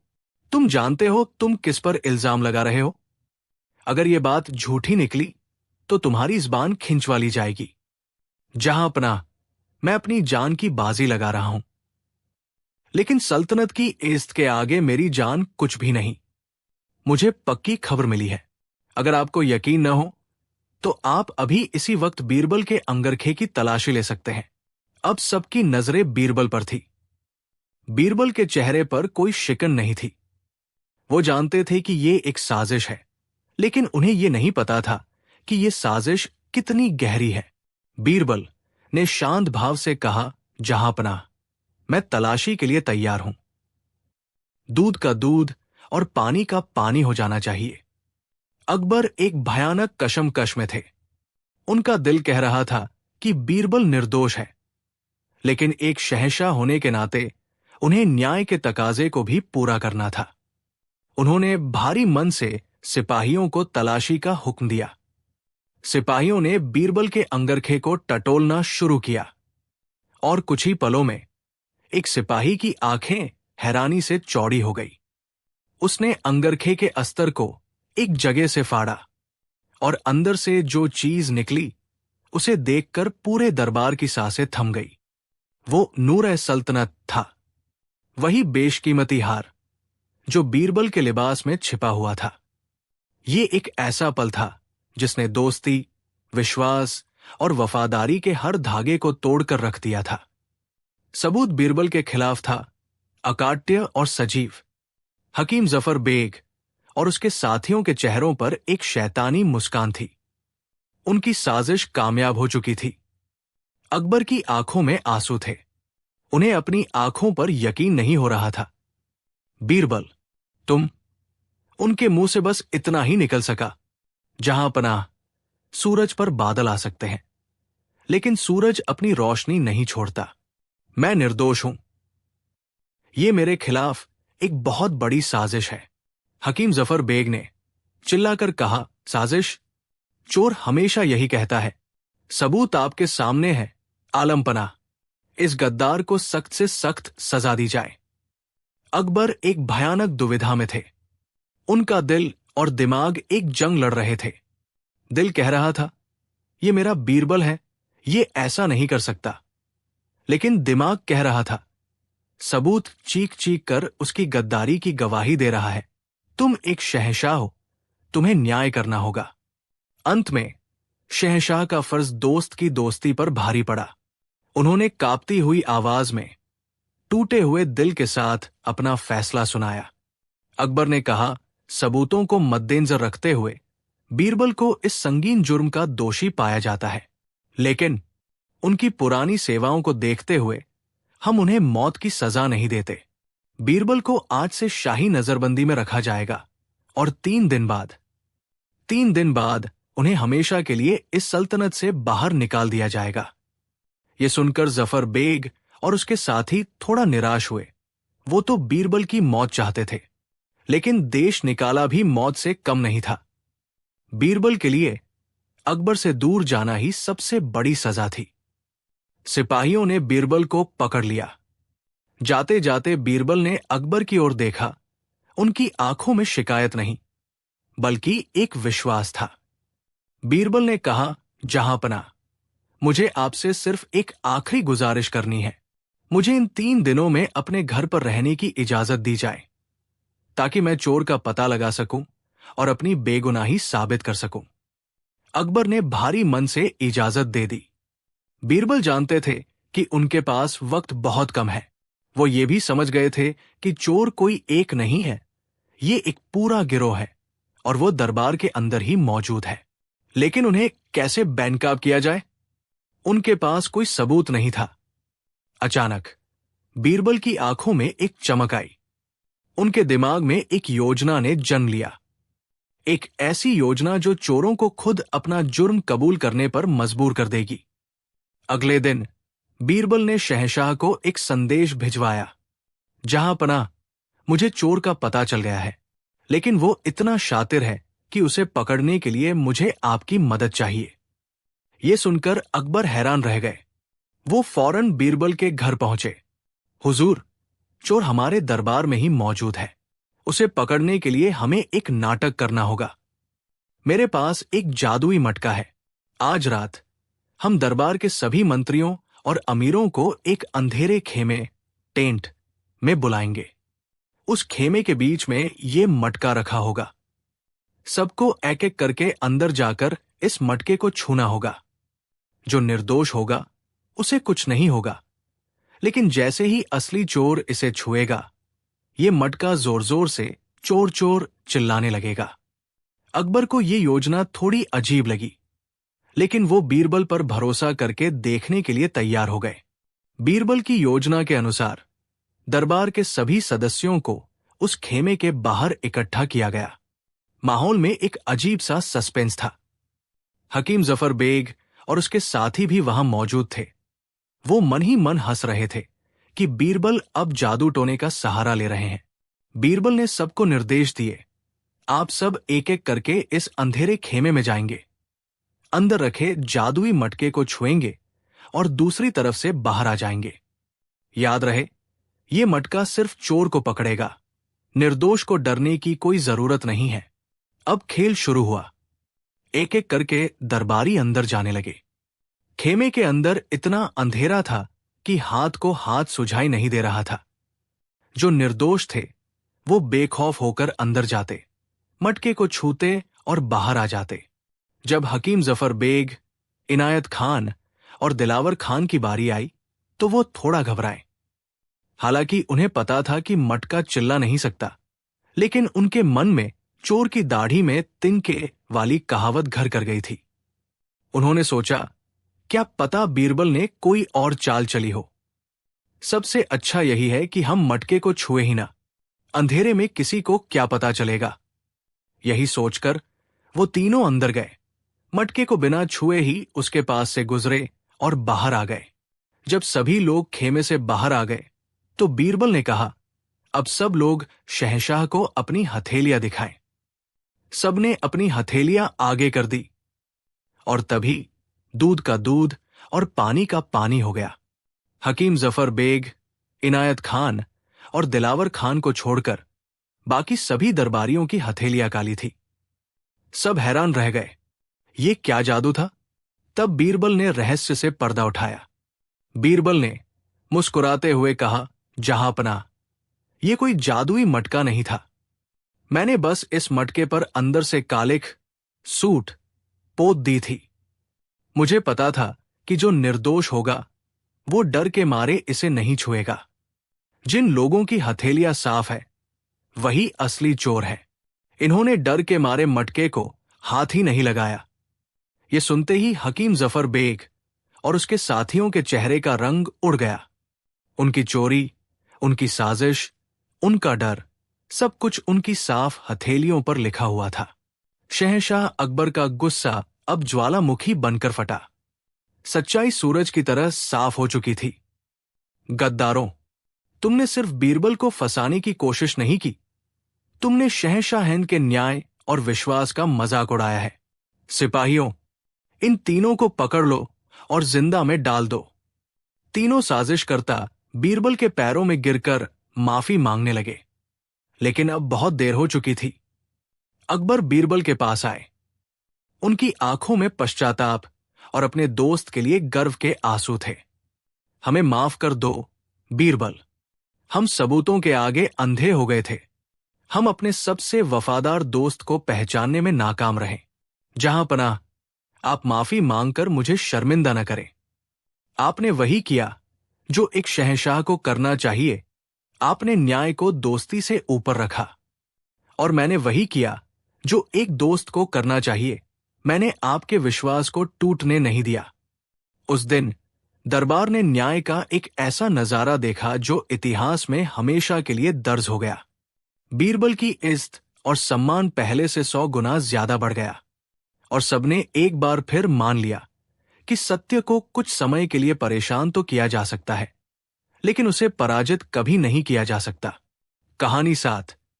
ये उन दिनों की बात है जब मुगल सल्तनत का सूरज अपने पूरे उफान पर था और शहंशाह जलालुद्दीन मोहम्मद अकबर का नाम पूरी दुनिया में अदब से लिया जाता था।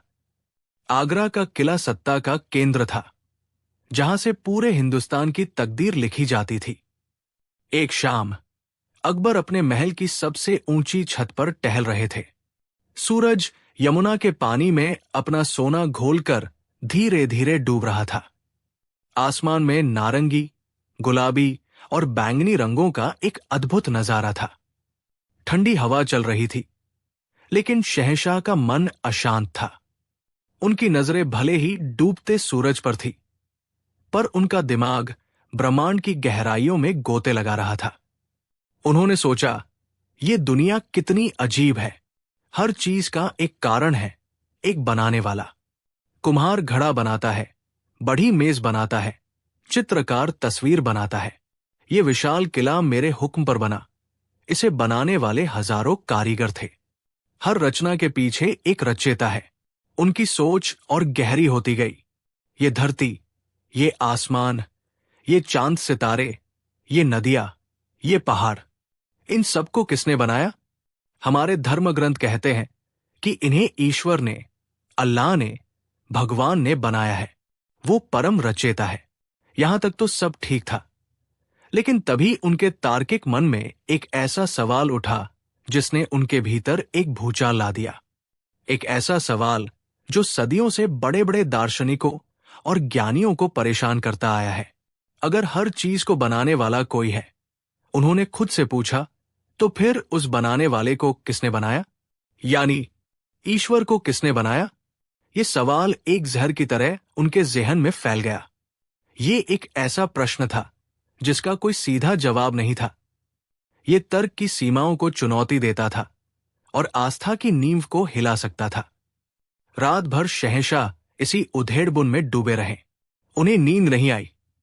अगली सुबह जब दीवान आम में दरबार लगा, तो शहंशाह अकबर के चेहरे पर वही बेचैनी और गंभीरता थी।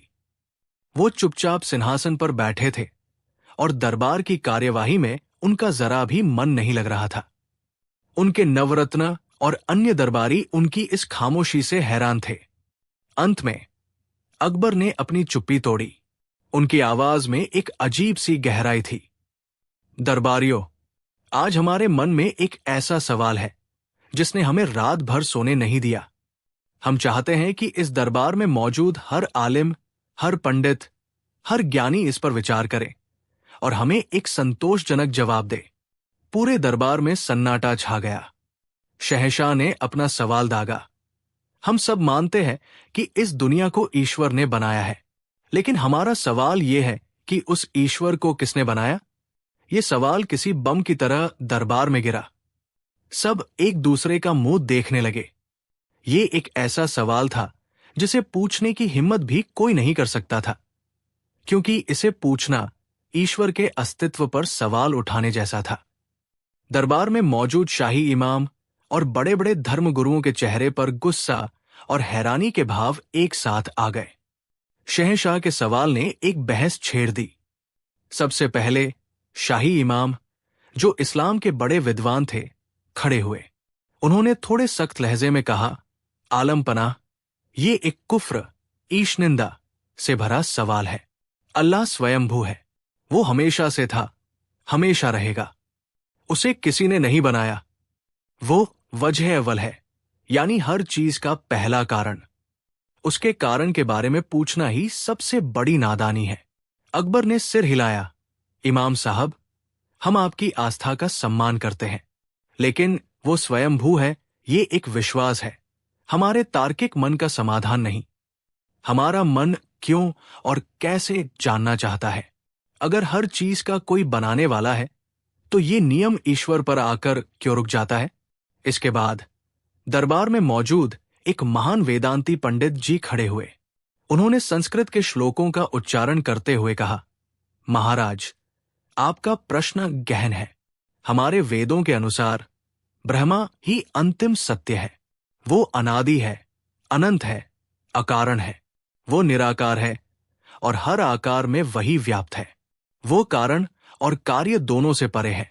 उसे बनाने का प्रश्न ही नहीं उठता, क्योंकि बनना और बनाना समय और स्थान के भीतर होता है, जबकि ब्रह्मा इन सबसे परे है।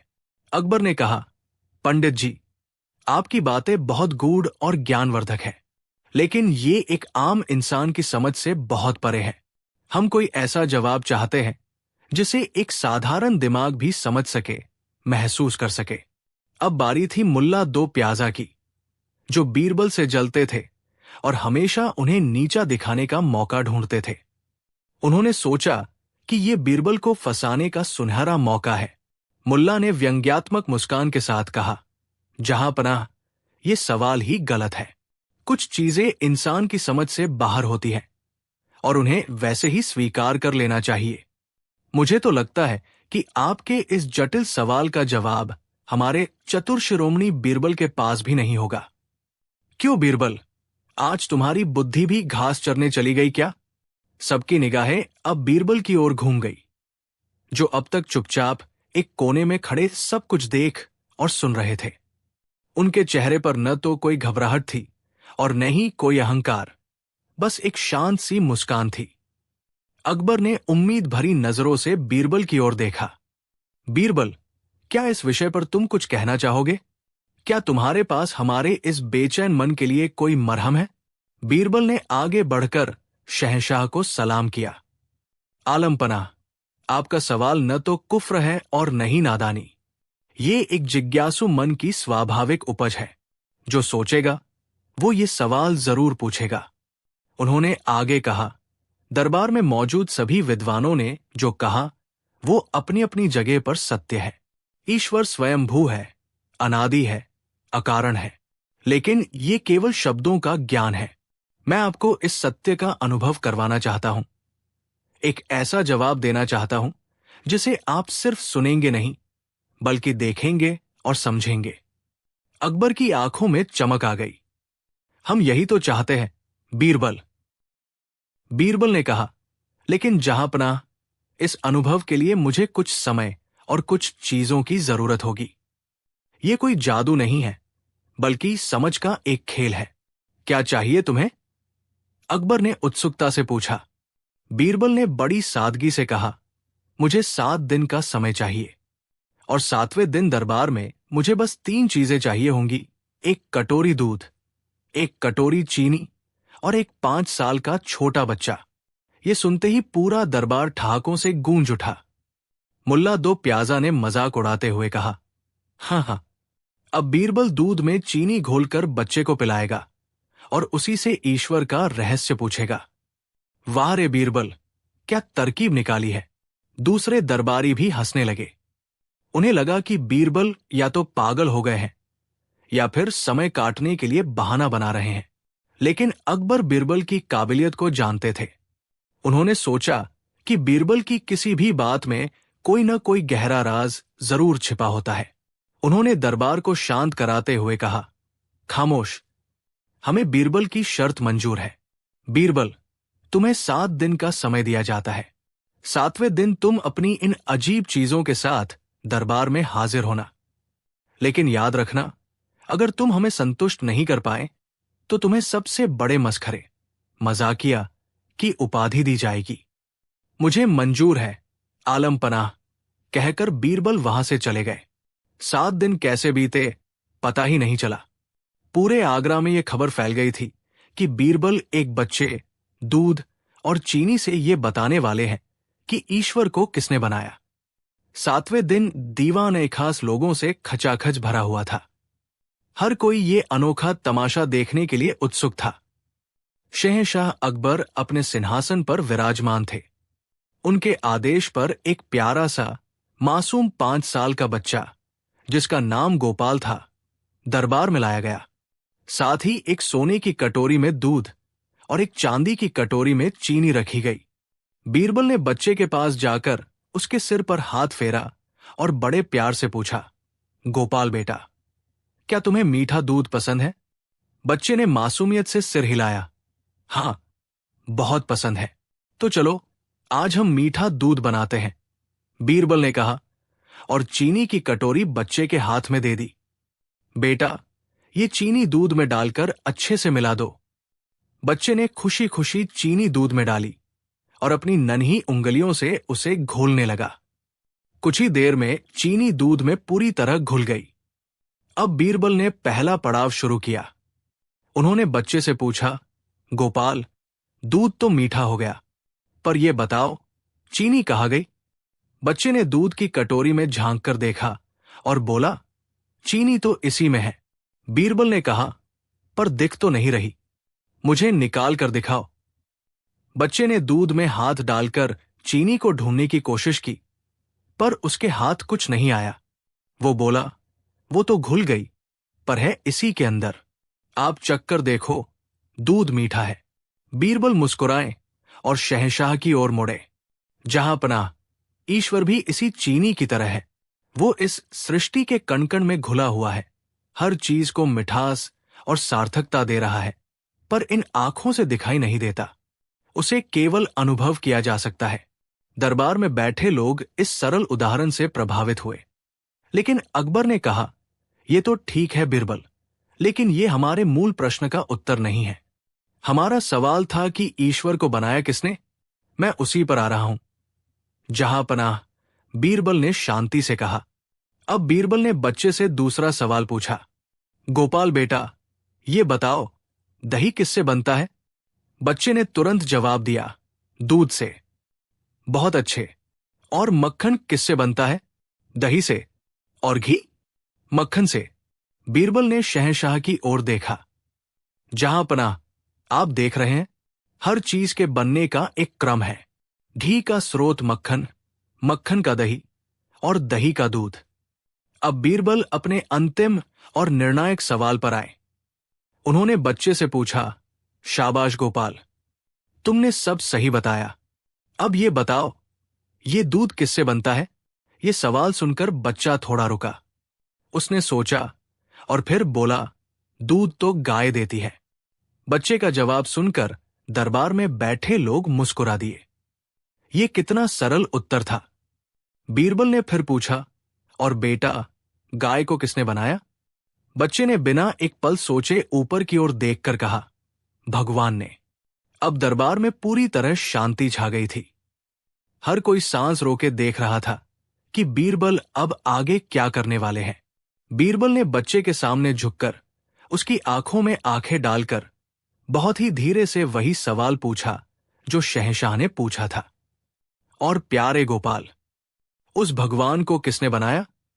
बच्चा बीरबल को देखकर खिलखिलाकर हंस पड़ा, जैसे किसी ने उससे दुनिया का सबसे मजेदार और बेतुका सवाल पूछ लिया हो।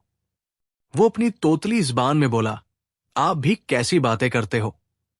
भगवान को कोई बनाता थोड़ी है, वो तो खुद ही होते हैं, सब कुछ वही तो बनाते हैं।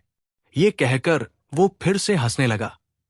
उसकी हंसी इतनी निश्चल और सच्ची थी कि पूरे दरबार का गंभीर माहौल हल्का हो गया। बीरबल सीधे खड़े हुए और शहंशाह अकबर की ओर मुड़े। उनके चेहरे पर एक गहरी संतुष्टि का भाव था। जहां पनाह, बीरबल ने कहा, आपके सवाल का जवाब इस बच्चे की हंसी और उसकी बातों में है।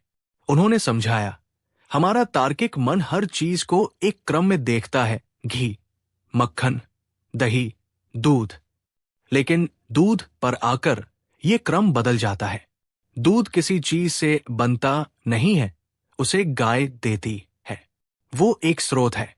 इसी तरह हमारा मन हर रचना के पीछे रचयिता को ढूंढता है, लेकिन ईश्वर पर आकर ये तर्क समाप्त हो जाता है। वो परम स्रोत है। इस बच्चे का मन अभी दुनिया के तर्कों और कुतर्कों से मैला नहीं हुआ है। वो जानता है कि हर चीज का एक अंत होता है, एक शुरुआत होती है। उसके लिए ईश्वर ही वो शुरुआत है, जहां से सब कुछ शुरू होता है। उसके आगे किसने बनाया का सवाल ही पैदा नहीं होता। इसीलिए उसे ये सवाल मजाकिया और बेतुका लगा। आलम पनाह, ईश्वर को किसने बनाया, ये सवाल हमारे सीमित मानव मस्तिष्क की उपज है, जो हर चीज को कारण और कार्य के तराजू में तौलता है, जबकि ईश्वर इन सभी नियमों से परे है। वो बिंदु है जहां तर्क समाप्त होता है और आस्था का आरंभ होता है। इस सवाल का सबसे सच्चा जवाब किसी ज्ञानी के जटिल श्लोकों में नहीं, बल्कि इस बच्चे की निश्चल हंसी में छिपा है। बीरबल की बातें सुनकर शहंशाह अकबर अपनी सिंहासन से उठ खड़े हुए। उनकी आंखें भर आई थी। उन्हें अपने सवाल का जवाब मिल गया था। वो जवाब किसी किताब में नहीं, बल्कि प्रकृति की सबसे सुंदर रचना, एक बच्चे की मासूमियत में मिला था। उन्होंने आगे बढ़कर उस बच्चे को गोद में उठा लिया और प्यार किया। फिर वो बीरबल की ओर मुड़े। बीरबल, आज तुमने हमें केवल एक सवाल का जवाब नहीं दिया, बल्कि जीवन का सबसे बड़ा सबक सिखाया है।